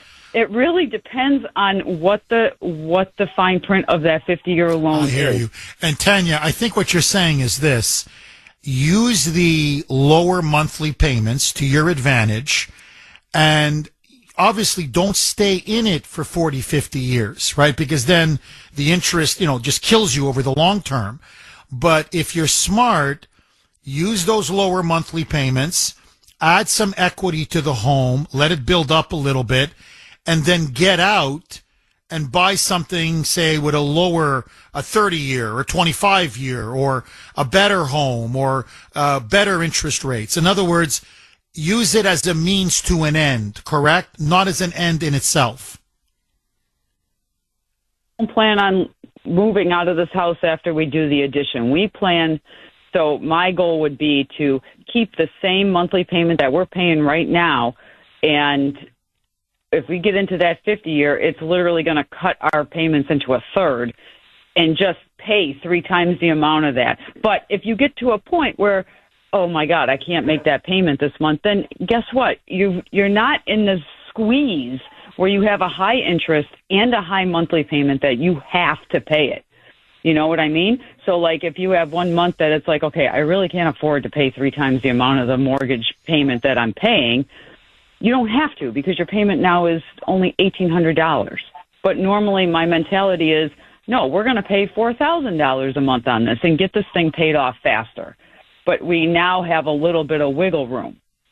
Interesting. Interesting. Tanya, do you think part of it is, leave aside now the 50-year mortgage, that Jerome Powell is just keeping interest rates way too high? That this is just literally one of the main reasons why the housing market is flat on its back and why the economy is just not taking off the way it should? Wrong that one person has the control of the entire United States. And I think he's just doing this despite Trump, and it really irritates the crap out of me because he's really making everybody squeeze. And he's just going to do that until he's out. And I think that's wrong that someone can corrupt the system that badly. I'm so with you. I'm so with you. Tanya, thank you so much for that call. Look, that's why I know it would have been very controversial, but if you remember months and months ago, I said fire him. Fire him. I think it's outrageous. You're right. That the chairman of the Federal Reserve, one man, unelected, remember this, and ultimately unaccountable. This man has that much power over the economy, over the country, over our lives. I mean, look, Grace is a real estate agent, okay? My wonderful wife. She says, do you know how many deals are just sitting there? Homes are, people are ready to buy homes, to sell homes, to build homes, and they're just looking at the rate. They're looking at the interest rate, and they're waiting for Powell to move, and the guy just won't move. I mean, I know he did a small cut, but basically, interest rates have to come down much more. It's so obvious. And so one man is clogging up the entire economy. Jeff Kuhner, Boston's Bulldozer, 617-266-6868. Mike and I were just talking off air, and I just want to throw this out there. I think a lot of this also is a personality type issue. And what I mean by that is Sandy texted me because she likes the idea of a 40-year mortgage. But for the reason that Tanya, the previous caller, laid out, in other words, hey, if it'll lower my payments, and it'll make my life better, it's not an end. I'm not going to stay in this thing for 50 years. It's a means to an end. In other words, don't worry, we'll get lower payments. Yeah, you got you got more interest in theory over 50 years. So you're carrying more of a debt, right? But we get lower payments, and then we'll move. We'll, do another decision. We'll go to another home. We'll sell it. Whatever it is, we'll sell the house and get into a better situation or a better home or whatever. And so I was just talking to Mike, and I said, Grace is the same. Philosophically, that's one of the differences we have. She's more comfortable with debt than I am. And I'm not saying this in a critical or negative way. Grace will look at something and say, no, can I use it to my advantage? Well, yeah, fine. I got to pay the banks or whoever, but does it lower my payments every month? Does it give me a financial economic edge? Okay. Well, yeah, don't worry about it then. We'll sell it or we'll make something out of it, and then we'll get out of this situation. Everything will sort itself out. And I remember when I was young, despite everything my parents said about, pay down the home and don't have debt, I forget what it is. I was about maybe 9, 10 years old. And my dad had to get a second mortgage on the house. I forget what it was. There was some kind of a family crisis. Anyway, he got a second mortgage. And I was a young boy. And he's explaining to me how the second mortgage works. And I remember even as a young boy, it stressed the hell out of me. I mean, I'm like, I swear, I almost had panic attacks. I'm listening to him, I'm like, I feel my chest tightening. And I'm like, Dad, how are we going to get out of this? And my dad was just very calm, cool. And he said, don't worry. And I'll never forget this phrase. We'll swim out of it. And we did. Paid off the second mortgage. Then he paid off the first mortgage. But what I'm saying is he was much more comfortable having debt. It was sort of, we need this now. Trust me. It's better that we do this because we can't afford to pay everything in full. And as long as it benefits the family, don't worry about the debt. And so, and I was asking Mike, I go, Mike, how are you about debt? And he said, honestly, it really depends on the kind of person you are. And I said, you see, I'm always a pessimist when it comes to the future. I'm always, things could always be much worse. So, I don't like debt because I'm not optimistic. I mean, just by nature, I'm not optimistic about the future. I always assume the worst about the future. Grace is the opposite. Grace always sees opportunities. Grace is always much more optimistic about the future. And then Mike says, that's because you're a depressing man. But so I think a lot of it really is just your personal character. And I've just noticed I hate debt. Like of any kind, I just hate debt. I worry about debt. It keeps me up at night. Grace sleeps like a baby. No, it's not a problem. Jeff, it's not a problem. Don't worry about it. So I think a lot of it, to be honest, is who you are as a person. Let me just put it to you this way. I would be a horrible entrepreneur. That's why I admire business people, because they have to take on a lot of debt. I mean, that's just the nature of business. And you just, and you use that debt, you leverage that debt to your advantage. I bite my nails. Debt, I bite my nails. 617-266-6868. Aaron in New Hampshire. Thanks for holding, Aaron, and welcome. It's a privilege and a pleasure. Thank you so much for taking the call. Thank you. Thank you, Aaron. There have been so many wonderful points, macro points about the economy. Let me just say briefly about the Fed, because I'm not an expert here, but there's a slight misconception. He controls short rates. Mortgage rates are controlled by the longer end of the market. It has to do with the debt and the deficit. They want to live 4 to 5 people in an apartment. People don't want to do. Well, back in the 70s and 80s when I was coming up, that's exactly what we did. Interest rates were crazy. Nobody could afford anything. We lived 4 to 5 in an apartment. I went to night school. People got second jobs, got my first fixer-upper home and built it up and built equity. And if I was starting out today, Jeff, in my business over my career, I go into the trades. The electricians, the plumbers, the HVAC people, the home builders, they can't find people. They can't get anybody. Try to get your truck fixed. You're gonna wait. There are opportunities, and I don't want to say that any of these macro points about the economy are wrong, but we got to have solutions too. And I want to try to offer a word of encouragement to people that maybe if they're willing to work hard and look at things in an objective way, there are things that they could do to help their own personal situation, which I think is what people should be doing. Oh, I agree. Oh, Aaron, you and I on that are a million, not 1,000, 1,000,000% in agreement. No, come on. There's still a lot of opportunities out there, especially if you're willing to work hard and tighten your belt. I'm with you. And look, Aaron, this is not your point, but I just want to add something to what you just said. about people, especially in the past, were willing to sacrifice more. And, you know, a couple of people would live together for a while and save up. And people maybe want it a little bit too easy, too comfortable. I hear you. The other thing I've noticed, and I'm 1,000% guilty of this, so please, I don't want anybody to think I'm on my high horse, because it's the exact opposite. I look at my dad. My dad was a jack of all trades. I mean, master of none, but he was a jack of all trades. My dad changed his own oil. You know, he didn't go to Jiffy Lube. He changed his own oil. My dad, you know, whatever, home repairs. My dad basically did most of the home repairs. Now, if it's a very serious, complicated job, well, yeah, then you call a handyman, you know, or a plumber if it's a real serious issue.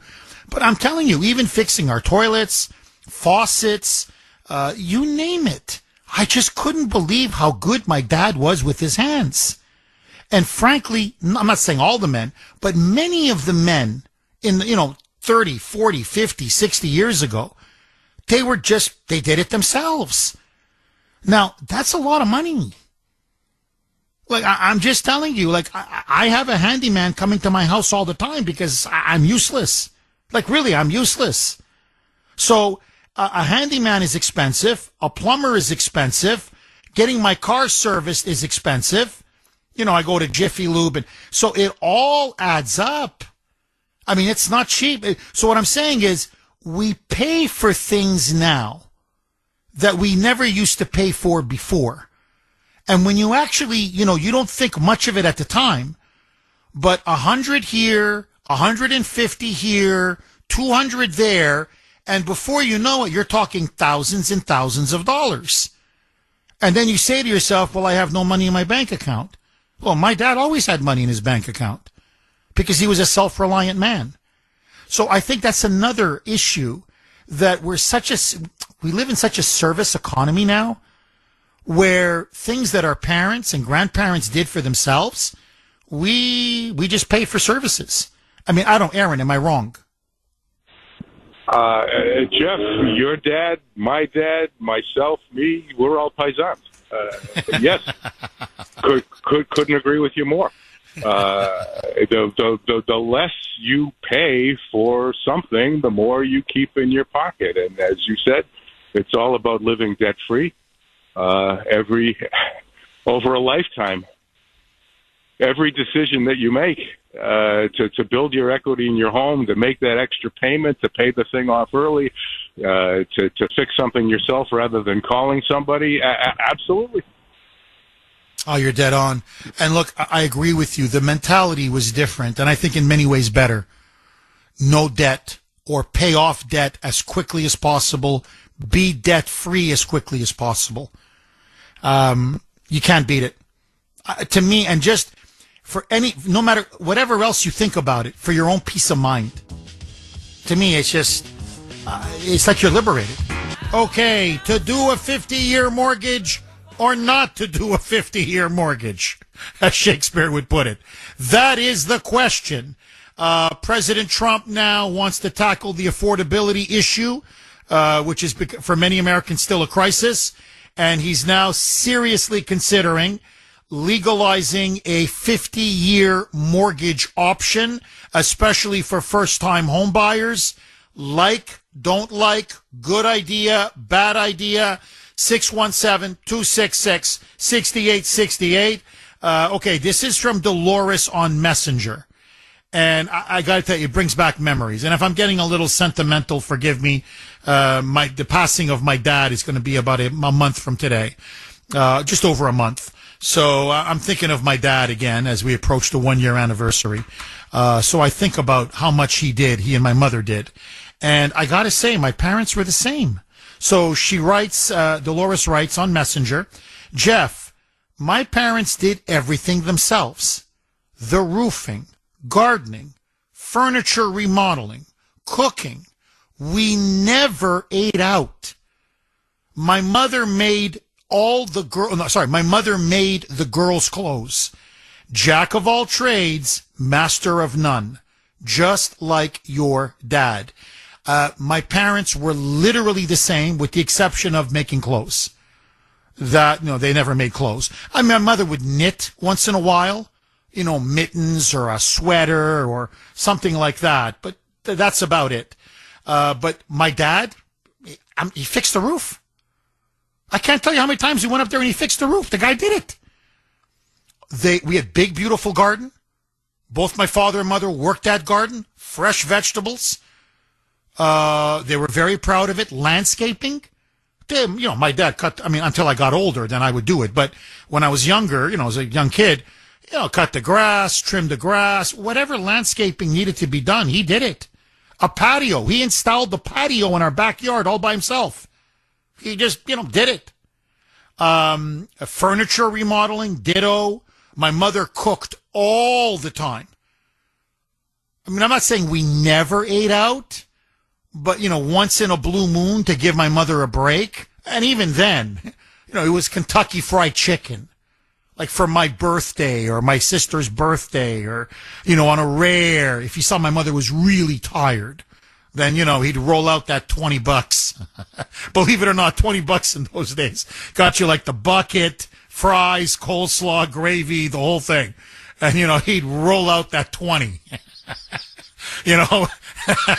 the big patriarch, and like, all right, get Kentucky Fried Chicken for everybody tonight. And my mother was like, oh, great. Thank the Lord. I don't have to cook. I'm so tired. But really, outside of that, and that's how we save money. My dad did the oil. I could go on and on. Roof, that I call. Cooking, we eat out way too much. Furniture remodeling, no. Garden, what does that mean? I don't even know what that means. My gardening is Stop and Shop or Big Y, at the fruits and vegetables aisle. I could just go right down that list. Change the oil. If you put a gun to my head, I couldn't change the oil. So, the money is just flying out the window. 617-266-6868 is the number. Okay, this is from my better half, my wonderful wife, Grace, who wants to remind me that she supports Trump's 50-year mortgage initiative.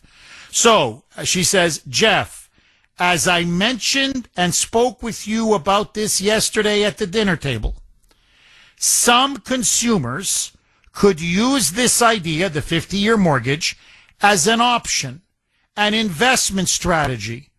Let consumers decide. They will figure it out for themselves. So she likes the idea. She thinks if they can leverage it for their benefit, get their payments down, and then eventually, make another move to get out of that 50-year mortgage, equity goes up, house prices go up, you can sell, go buy another home, make a better investment, or get a better home at a better rate, or at a lower mortgage, or at a shorter mortgage. She's saying use every tool in the toolbox. So she likes the 50-year mortgage. 617-266-6868. Dan in Florida. Thanks for holding, Dan, and welcome. Good morning, Jeff. Hi, Dan. Jeff, I consider you like a brother. I miss one of Jeff Kuhner's shows since 2012. I've been there listening, right? If I miss one show, I feel like I missed something. I got to go back and listen to the podcast over and over to make sure I didn't miss anything. So I want you to think of me as your brother here. Okay. Like my own brother, his wife is much smarter than him. No, I knew you were going there because you're like a brother. You're like a brother. I'm like, okay, here comes the hammer. That's where they set you up for the knockout blow. All right, so go ahead, Dan. 90% of the time, Jeff. 90% of the time, I agree. And I only call you when I disagree. And I don't want you to think it's because I always disagree. It's only I got to bring up these points. So, all right, Jeff, right now in this country, we've gone from the average age of first-time buyer has gone from 28, 14 years ago to like 42 today, okay? But in areas like, Massachusetts, where the house price is so high, we're doing loans for people in their 50s buying their first house. Now, what's the difference between a 52-year-old guy taking a 30-year mortgage and a 32-year-old guy that we can get into a 50-year mortgage. It's the same thing, Jeff. Well, let me ask you this, Dan. You're making a very good point, but what's different is you're paying a lot more in interest. Right? That's where, brother Dan, that's where I get hooked up, my brother. You're paying a lot more in interest payments. I don't want to be a slave to the bank. Now, what say you to that, brother Dan? Here's this, Jeff, right? 35 years in mortgage banking. Nobody pays off their mortgage, Jeff.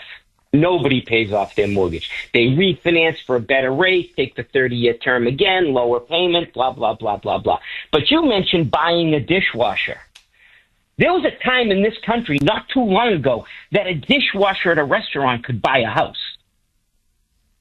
That's not that long ago, Jeff. I remember it. Yeah, I'm in my 60s now, but I remember it, Jeff. It's not good. It really isn't. So we need to do something. And, I think, we're very lucky in this country with Russ Vought and Scott Bessent, probably two of the smartest guys we could have put in government, trying to find solutions for this problem. Right now, like in Florida, I get 3 or 4 phone calls a day from hedge funds that want to buy my property, Jeff. Single-family houses that the hedge funds want to buy. That's not good, Jeff. We're taking people out of houses, and we need to find some way of putting people back into buying houses. We had in 2007 we had the housing crisis, right? That wasn't caused by the mortgage industry, Jeff. As long as home prices kept going up, we would have been fine. In 2005, we had a huge energy crisis where gas went to $5 a gallon, and no one told us the truth about it, including the Bush administration. That's what caused the problem. As soon as in 2005, house prices stopped going up. That was the problem because people were spending all their money on gas.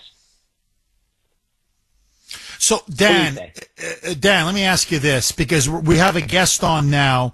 We're going to have him on in about a minute. So I just want to give you the final word on this, because then I'm going to have to, it's all related to what we're talking about, but we've got Mark Krikorian on. He's one of the leading experts on illegal immigration, and we're going to be talking about illegals, the impact on housing, but also on Trump's plan to bring in 600,000 Chinese students on this new visa system.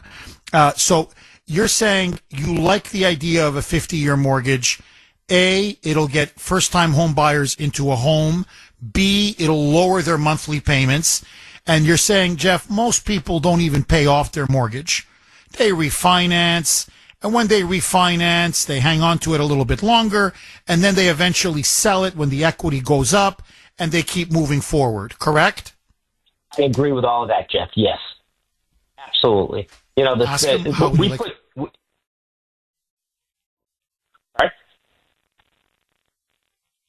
Forgive me. Go ahead. I'm sorry. That's quite all right. So the CFPB is gone, Jeff. I don't know if you realize that. Russ Vought is putting it out of business.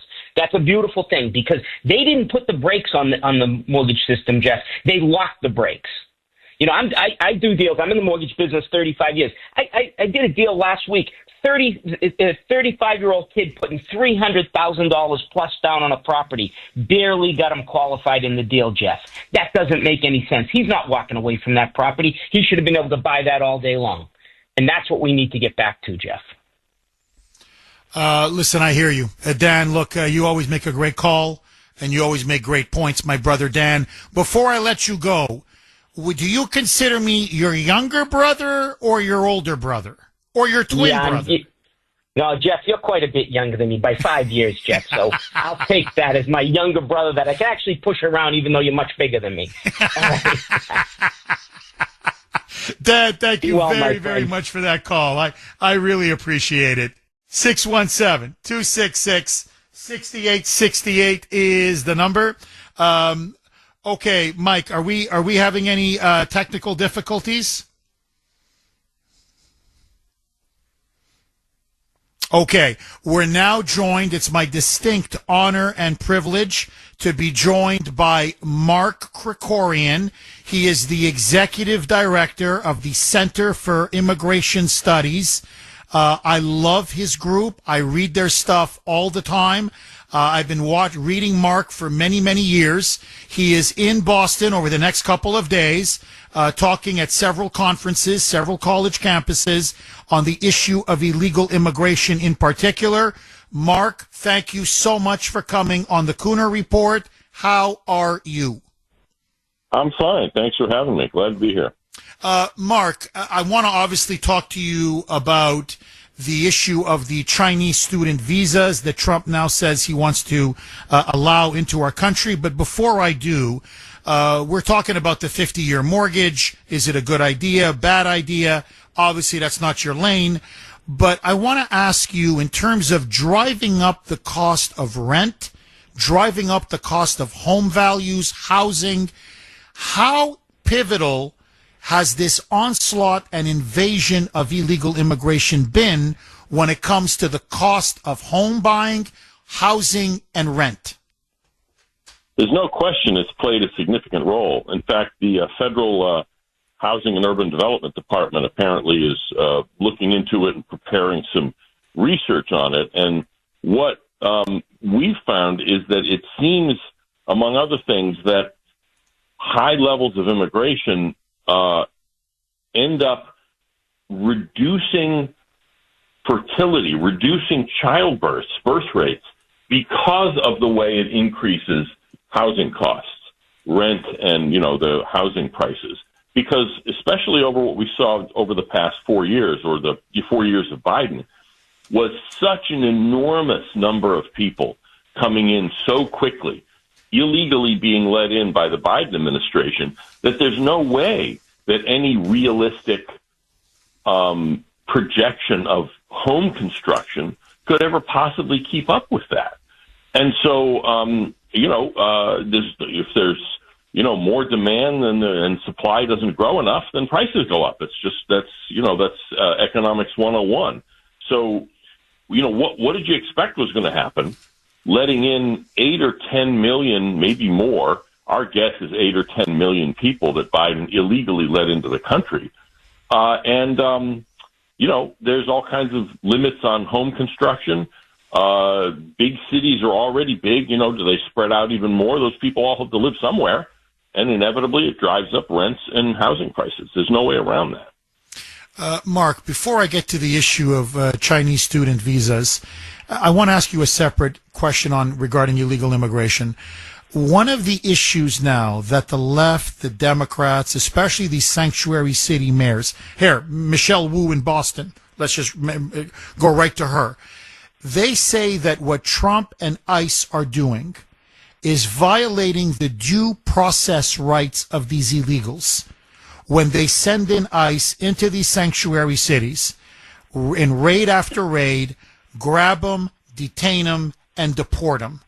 What say you? There are, in fact, due process rights for illegal immigrants. In criminal matters, it's the same as anybody else. In other words, if you're arrested for a crime, the cop has to read you the same Miranda warnings. You get a free lawyer if you can't afford it. All of that stuff is the same. Doesn't matter what your legal status is. But deportation is not a criminal matter. It's sending you back to the country you were supposed to be in because you're not supposed to be here. And so the Supreme Court has said, literally, due process in those kind of questions is whatever Congress says it is. And every one of these illegal immigrants who has been arrested by ICE has gotten the legally required due process, which is limited in some cases, more extensive in others. There's a whole body of law here. But nobody is just being grabbed up and, contrary to the rules, being sent back to their home country. That just doesn't happen. And the critics saying that are either just making it up, they know that they're lying, or they just have no idea what they're talking about. Interesting. Okay, Mark, before I want to obviously ask you why you're in Boston and what you're going to be talking about on these college campuses. But just before I do, President Trump now, and he's getting a lot of pushback from many within MAGA and his base, now says he wants to bring in about 600,000 Chinese students on these student visas. He says the reason we need to keep our university and college system vibrant, profitable, making money, and the only way to do that is to continue to keep the pipeline of foreign students, including Chinese students, who pay full freight coming into the United States. Good idea, bad idea, what say you? Terrible idea. First of all, there's no policy change that's required for this because there's already no limit in the law for the number of foreign students who can come in, and no limit for any particular university and how many or what percentage of foreign students they can take in. And Chinese are the largest group of foreign students.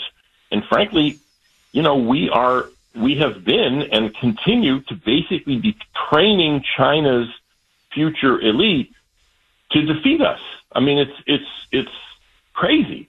And the rationale the president gave is that if we didn't have all these foreign students, that a lot of colleges would go out of business. Well, there's two problems there. First of all, there's lots of, especially for-profit colleges, but not just those, whose business model is based on bringing in foreign students. Well, sorry, that's, you know, they're essentially what they call visa mills. They're a way to buy access to the United States. And, you know, why would we have universities be essentially the immigration gateways into the United States? And the other thing is, a lot of universities, in fact, I mean, this is especially true at the highest level of universities and in the non-STEM, non-science and math fields, they are purveyors of really terrible anti-American poison. We saw that with all those pro-Hamas demonstrations on campuses. A lot of those people were foreign students. Why would we be trying to get more of that? And one last point is that every university, everyone, including private schools, are massively subsidized by the taxpayer. And so if they're being subsidized, the point should be to promote the interests of the American people, training American young people, training our future elite. And a small number of foreign students can be beneficial. It helps American kids kind of expand their horizons and see that there's different kinds of people in the world. But hundreds of thousands of foreign students, actually, I mean, when you add it up of all the people who are here, it's probably more like 1 million foreign students. There's no excuse for that. That is not helping the United States. That's helping especially China and helping these Ivy League universities that frankly don't see themselves as having a mission to support and promote the well-being of the United States specifically. Oh, amen, brother. I mean, you hit the nail right on the head. Mark, we've got a couple of minutes left. By the way, we are talking with Mark Krikorian. He is the executive director of the Center for Immigration Studies. They do absolutely dynamite work. I love their stuff. Mark, you're in Boston for a couple days, couple of conferences. Which universities will you be speaking to, and on what topics? Well, I was supposed to be speaking at BU yesterday, but apparently because of, death threats and security problems, I don't think directed to me, but generally speaking, they had to cancel that. So, but I'm also speaking at Harvard. There's a conference on German-American relations, and so there's a panel on, what are the different challenges that Germany and the U.S. face with regard to immigration. And so I'm going to be speaking on that panel. And it's like you have to pay to get into the conference. I think it's sold out, so it's not something that the public can go to, but maybe they're going to stream it or record it. I don't know. You have to ask them. It's called the German-American Conference. So literally you were going to speak at Boston University, and because of death threats, they have now canceled that conference. That's incredible. I mean, that's just incredible. So, Mark, what happened to academic freedom? Oh, yeah, I don't know. What does that mean? What is academic freedom nowadays? That's an oxymoron, unfortunately, even though it shouldn't be. Mark, where can people go to read more about the stuff coming out that you're writing and the Center for Immigration Studies? What's the best website for them to go to? There's two places. One is our website is cis.org. We have every day we have blog posts, we have longer reports, videos, all the stuff, you name it. We also we have a podcast there called Parsing Immigration Policy, like parsing a sentence. It's in all the usual podcast places. And the last thing I'd recommend is if somebody has a taste for snark and sarcasm, I'm on Twitter at Mark S. as in Stephen, Mark S. Krikorian. Mark, dynamite stuff. Keep up the outstanding work. 617-266-6868 is the number. Okay, a couple lines are open if you want to jump on. Let me ask all of you to confront now the growing affordability issue that the Democrats apparently rode to power, not rode to power, but rode to victory, I should say, in the last, the elections, what is it, a couple of weeks ago, the off-year elections. Republicans now are panicking. Trump is telling them, take it easy. The big, beautiful bill is going to start kicking in. We're working on bringing down inflation. Gas is coming down. It's going to come down even more. The cost of eggs and some fruits, vegetables, some of the grocery bills are getting a little bit easier now, a little lower.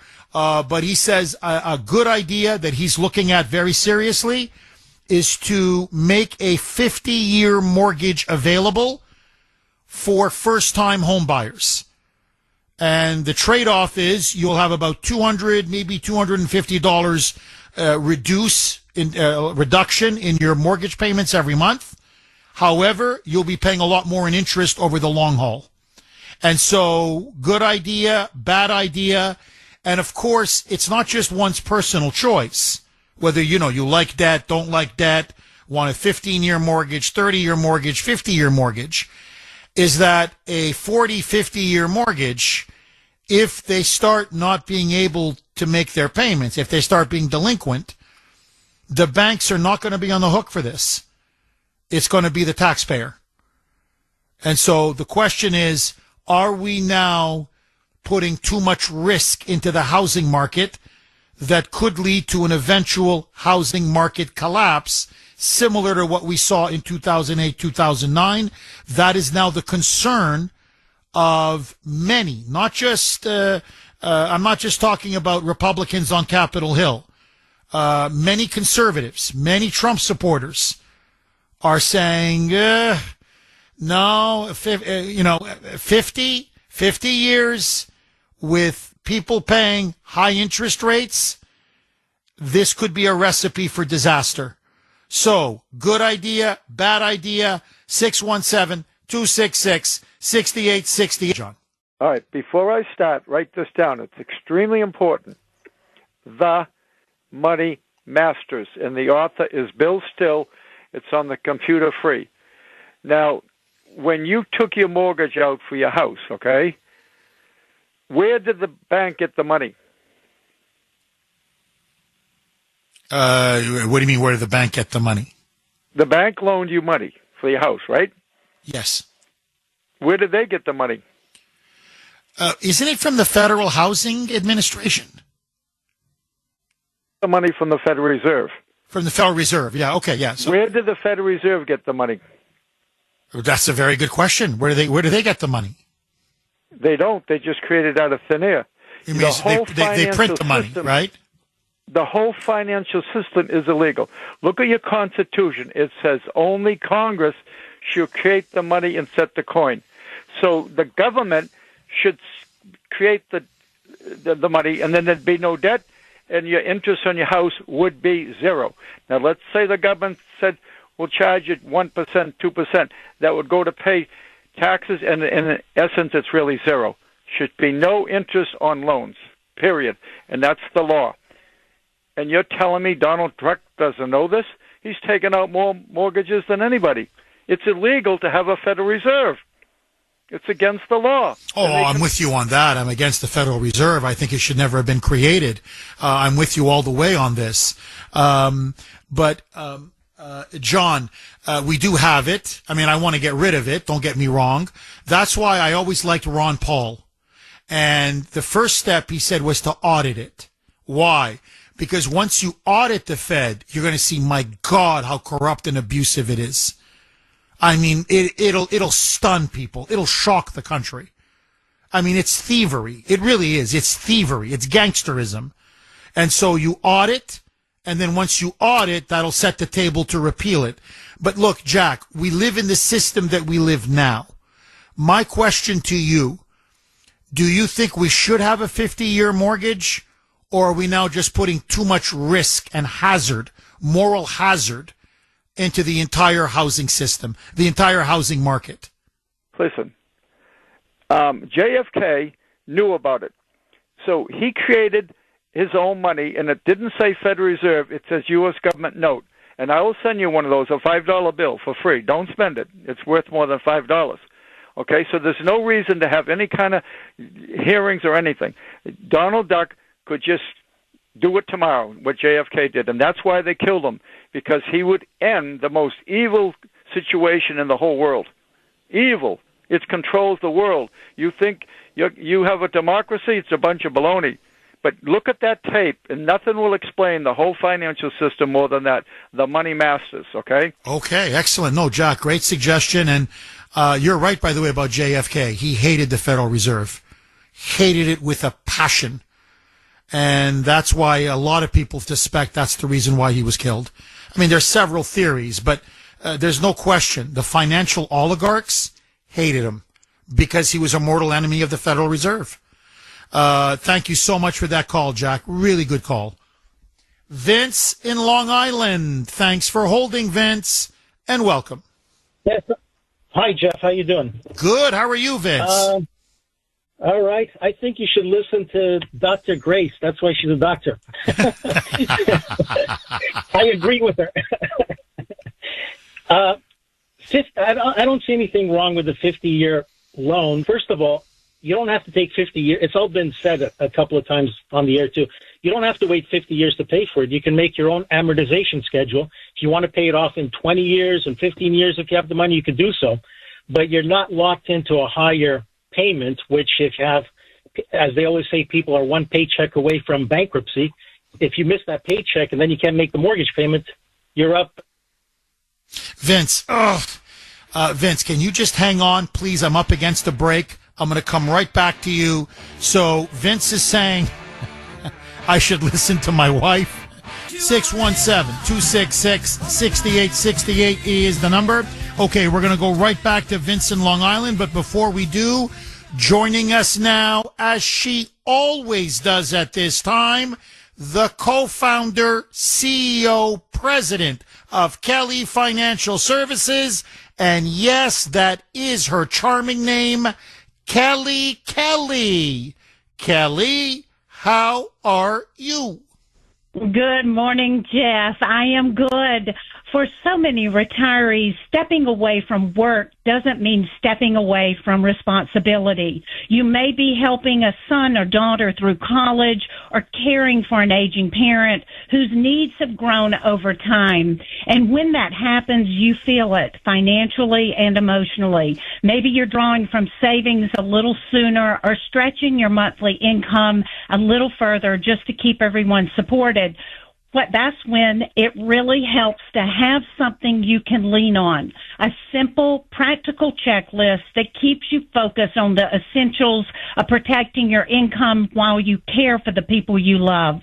Our retirement income planning checklist offers 10 key steps to help you think through healthcare costs, inflation, and making sure your money keeps working for you. To request your free copy, give us a call or email kelly@kellyfinancial.org. Jeff, I'll continue this conversation with our Kelly advisors tomorrow morning at 9 a.m. on Safe Money Strategies Radio.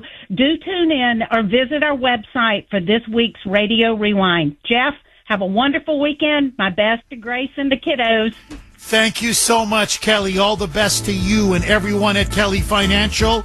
Call now to get your free copy of her guide, 888-800-1881, 888-800-1881. Or if you prefer, you can email Kelly herself directly, kelly@kellyfinancial.org, kelly@kellyfinancial.org.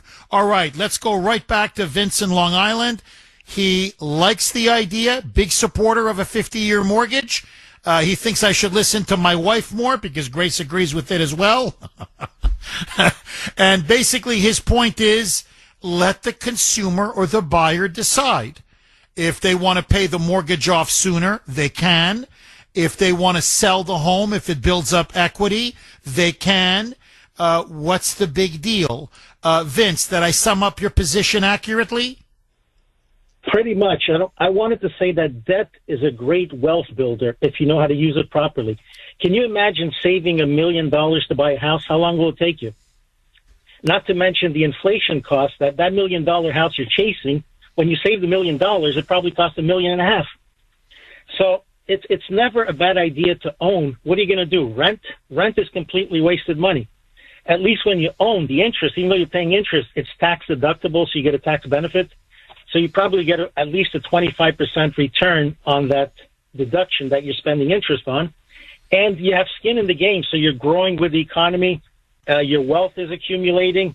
As you grow in income, no one's preventing you, as I said, from making a 50-year mortgage into a 20-year mortgage. You can pay as much as you want. There's no prepayment penalties. The only thing I wanted to say is that we can't make the mistake that George Bush did in 2001 when he wanted the ownership society, and he basically threw houses at everybody, including illegal aliens, with 0% down. They had a 1% loan that didn't adjust for 3 or 4 years, and at the end of 3 or 4 years, they got this explosive payment that went from $1,000 to $4,000 or $5,000 with 0% down on the house. People walked away from those houses, and that annoyed the hell out of me because it brought down the market value of houses. So people as you who want no debt had a house of say $500,000, and their house dropped to $300,000. They lost $200,000. These people with zero money in those same $500,000 house walked away with it without even paying $1. And normally, whatever the bank loses is technically supposed to be income to you. They even waived that. The Congress waived that so-called loss to the bank was not income to you. So these people walked away completely scot-free. There were people living in houses. They didn't pay the taxes. They didn't get foreclosed on for 2 or 3 years. And the taxpayer basically ate all that expense. And the person who played by the rules and had their 25% down, they took the soaking. So what I'm opposed to is not letting people walk in with zero down. I think you need at least 10% or more down on a house because you have to have some skin in the game. You have to lose some money if it goes down. I don't believe in these 1 or 2 or 3% down payments. They're ridiculous. And what else did I want to say? Basically, well, Vince, before you reload, by the way, you're making some excellent points. I have to say, you're really on fire. Vince, I said something a little bit earlier. You may disagree. It's fine. That I think a lot of this comes down to personal temperament. And, you know, it's funny because what you just said maybe about 2 minutes ago is what Grace tells me all the time. And that's what I meant when I said she's more comfortable with debt than I am. Grace makes a very similar argument to what you make, which is, look, if you really want to have wealth, you need to have debt in order to use as leverage to get to wealth. And she makes your analogy often. She says, look, how long is it going to take for you to, you'll say you want $1 million home. How long is it going to take for you to save up for that? I mean, yeah, in theory, it's great to say don't live in debt. But she goes, if you really want to advance, if you want to be upwardly mobile, you've got to take on debt to get more equity, because then you can take on even more debt to take on even greater equity. And her point is, as long as you're constantly financially rising and your financial portfolio is growing and your wealth is growing, in other words, your debt ratio, yeah, you don't want to have too much debt. Obviously, nobody does. But it's equity to debt ratio. And so her point is, I don't want to sound like a banker here, but her point is that you need debt to make money. So debt in and of itself is not a bad thing. Now look, Vince, I intellectually, I get it. I grasp it. There's no question. I'm just telling you my personality. I hate debt. I get a bill, I got to pay it right away. Like, how do I say this? If I could pay a car today, I would pay a car today. Like, I'm a fanatic when it comes to that. I'm a worrywart. I worry about the future. I always think something bad could potentially be around the corner. So I'm the kind of guy, I'm always a bird in the hand, not two in the bush. Is that also part of the difference in this?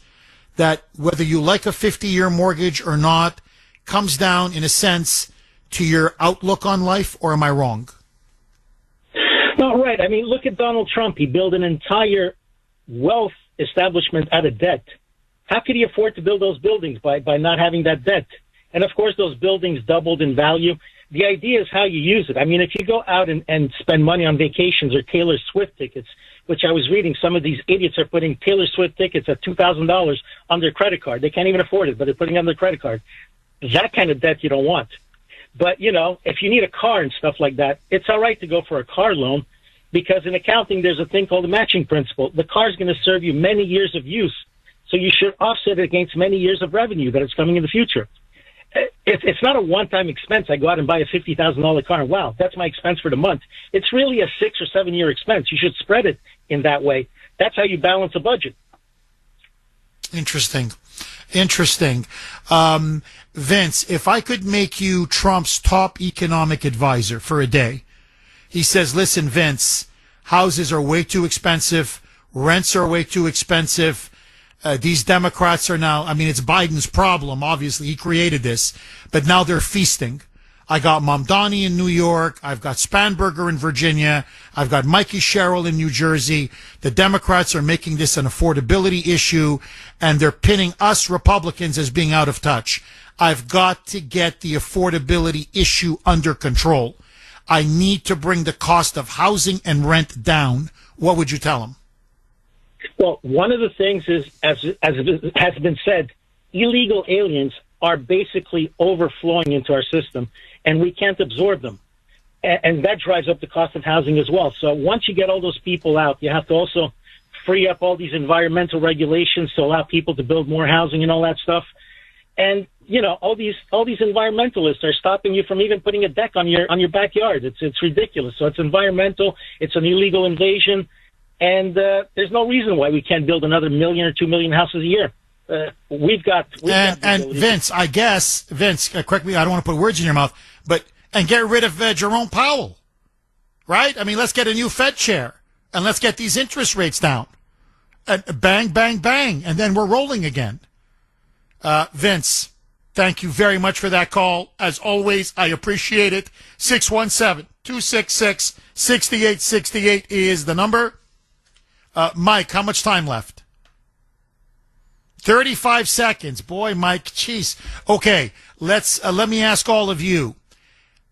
Trump's people are listening.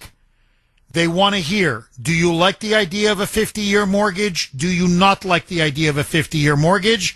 And should this now be made available to first-time home buyers? Would you take a 50-year mortgage? 617-266-6868. George in New Hampshire. Thanks for holding, George, and welcome.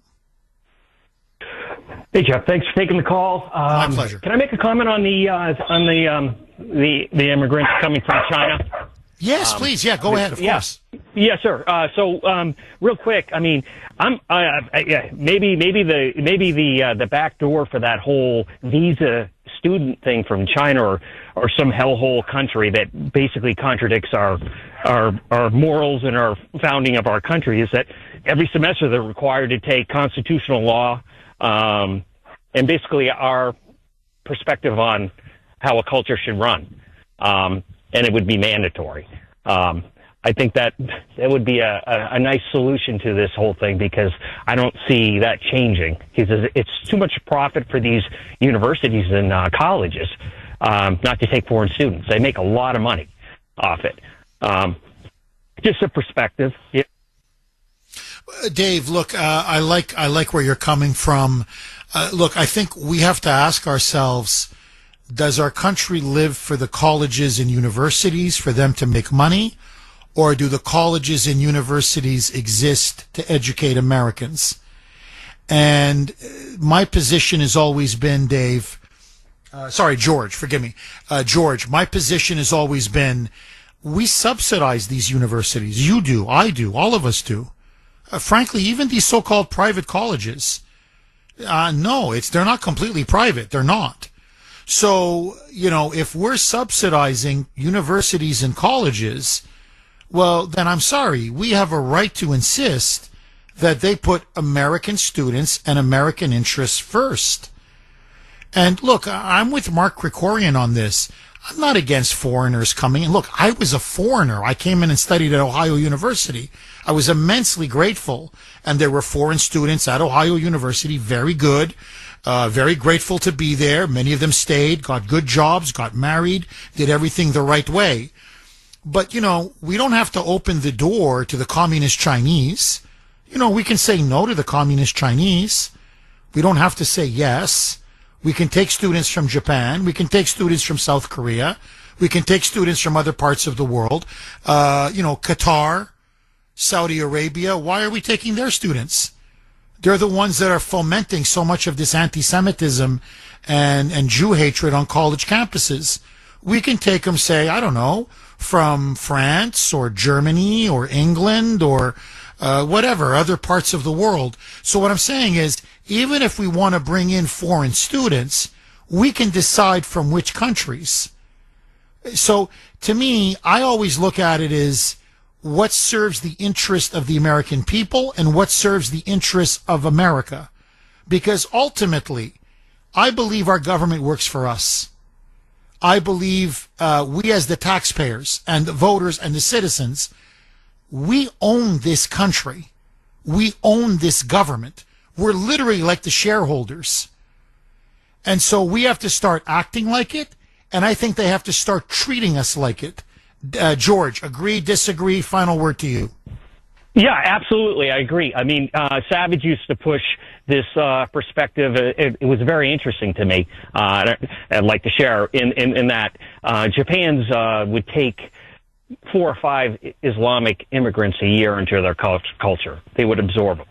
And I find that interesting because, you know, nothing against Islam, but it's contrary to what our culture believes and how our founding of our country was set up. So that's how their perspective of taking foreigners into their country, and I agree with it. So, but real quick, Jeff, I mean, in terms of like the perspective on the 50-year mortgage, yes. I see that we have to get prices down. There is a price correction that needs to come in the housing market. As a person that's a third-generation carpenter, I've owned a business for I'm going to be on my 30th year of being in business and doing remodeling work.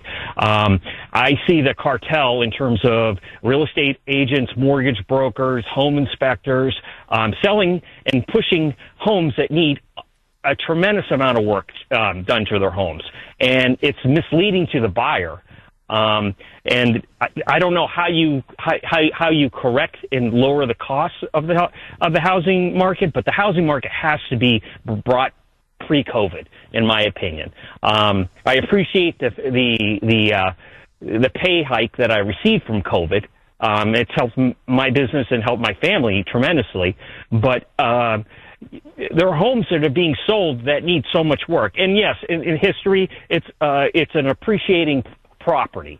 But buying a used car, a lot of these homes are depreciating in cost because of the amount of work that needs to be done. If you want to drop the cost, from my perspective, as someone that's on the ground doing it day in, day out, we need to drop some of the costs from the real estate agents, the mortgage brokers, local and state regulations. It's too confusing, and everything and anything that can be done to help lower costs on that end would be greatly appreciated. Oh, I agree. I completely agree. All I can do is add to what you're saying, George. Look, just very quickly, you know, I've said this before. We bought our home about $500,000, you know, give or take, maybe a little bit more. We could, according to Grace, and I trust my wife, she says she thinks we can get easy $900, $950, maybe even $1 million for it. I'm telling you, it's not worth $1 million. I'm just using my home as an example. It's way overpriced. Now, I mean, in the sense that maybe somebody would buy it, but I'm telling you, it's not worth $1 million. Not even close. And she, you know, she tells me about these prices of homes. I'm like, who can pay for this? I mean, it's just too expensive. And, you know, look, to me, if you're going to buy a $1 million home, it's got to, you know, you walk in, you go, wow. I mean, to me, it's got to be loaded. It's got to have every, you know, creature comfort under the sun. We're talking about, in many ways, ordinary homes. That's the problem. It's just too expensive. And it's one of the biggest affordability issues. There's no question. You know, yes, it's gas, it's food, it's groceries, it's the energy utility bills. But what rent? I don't know how people pay $3,000, $4,000, $5,000 a month rent. How do you do that? It's going to choke you.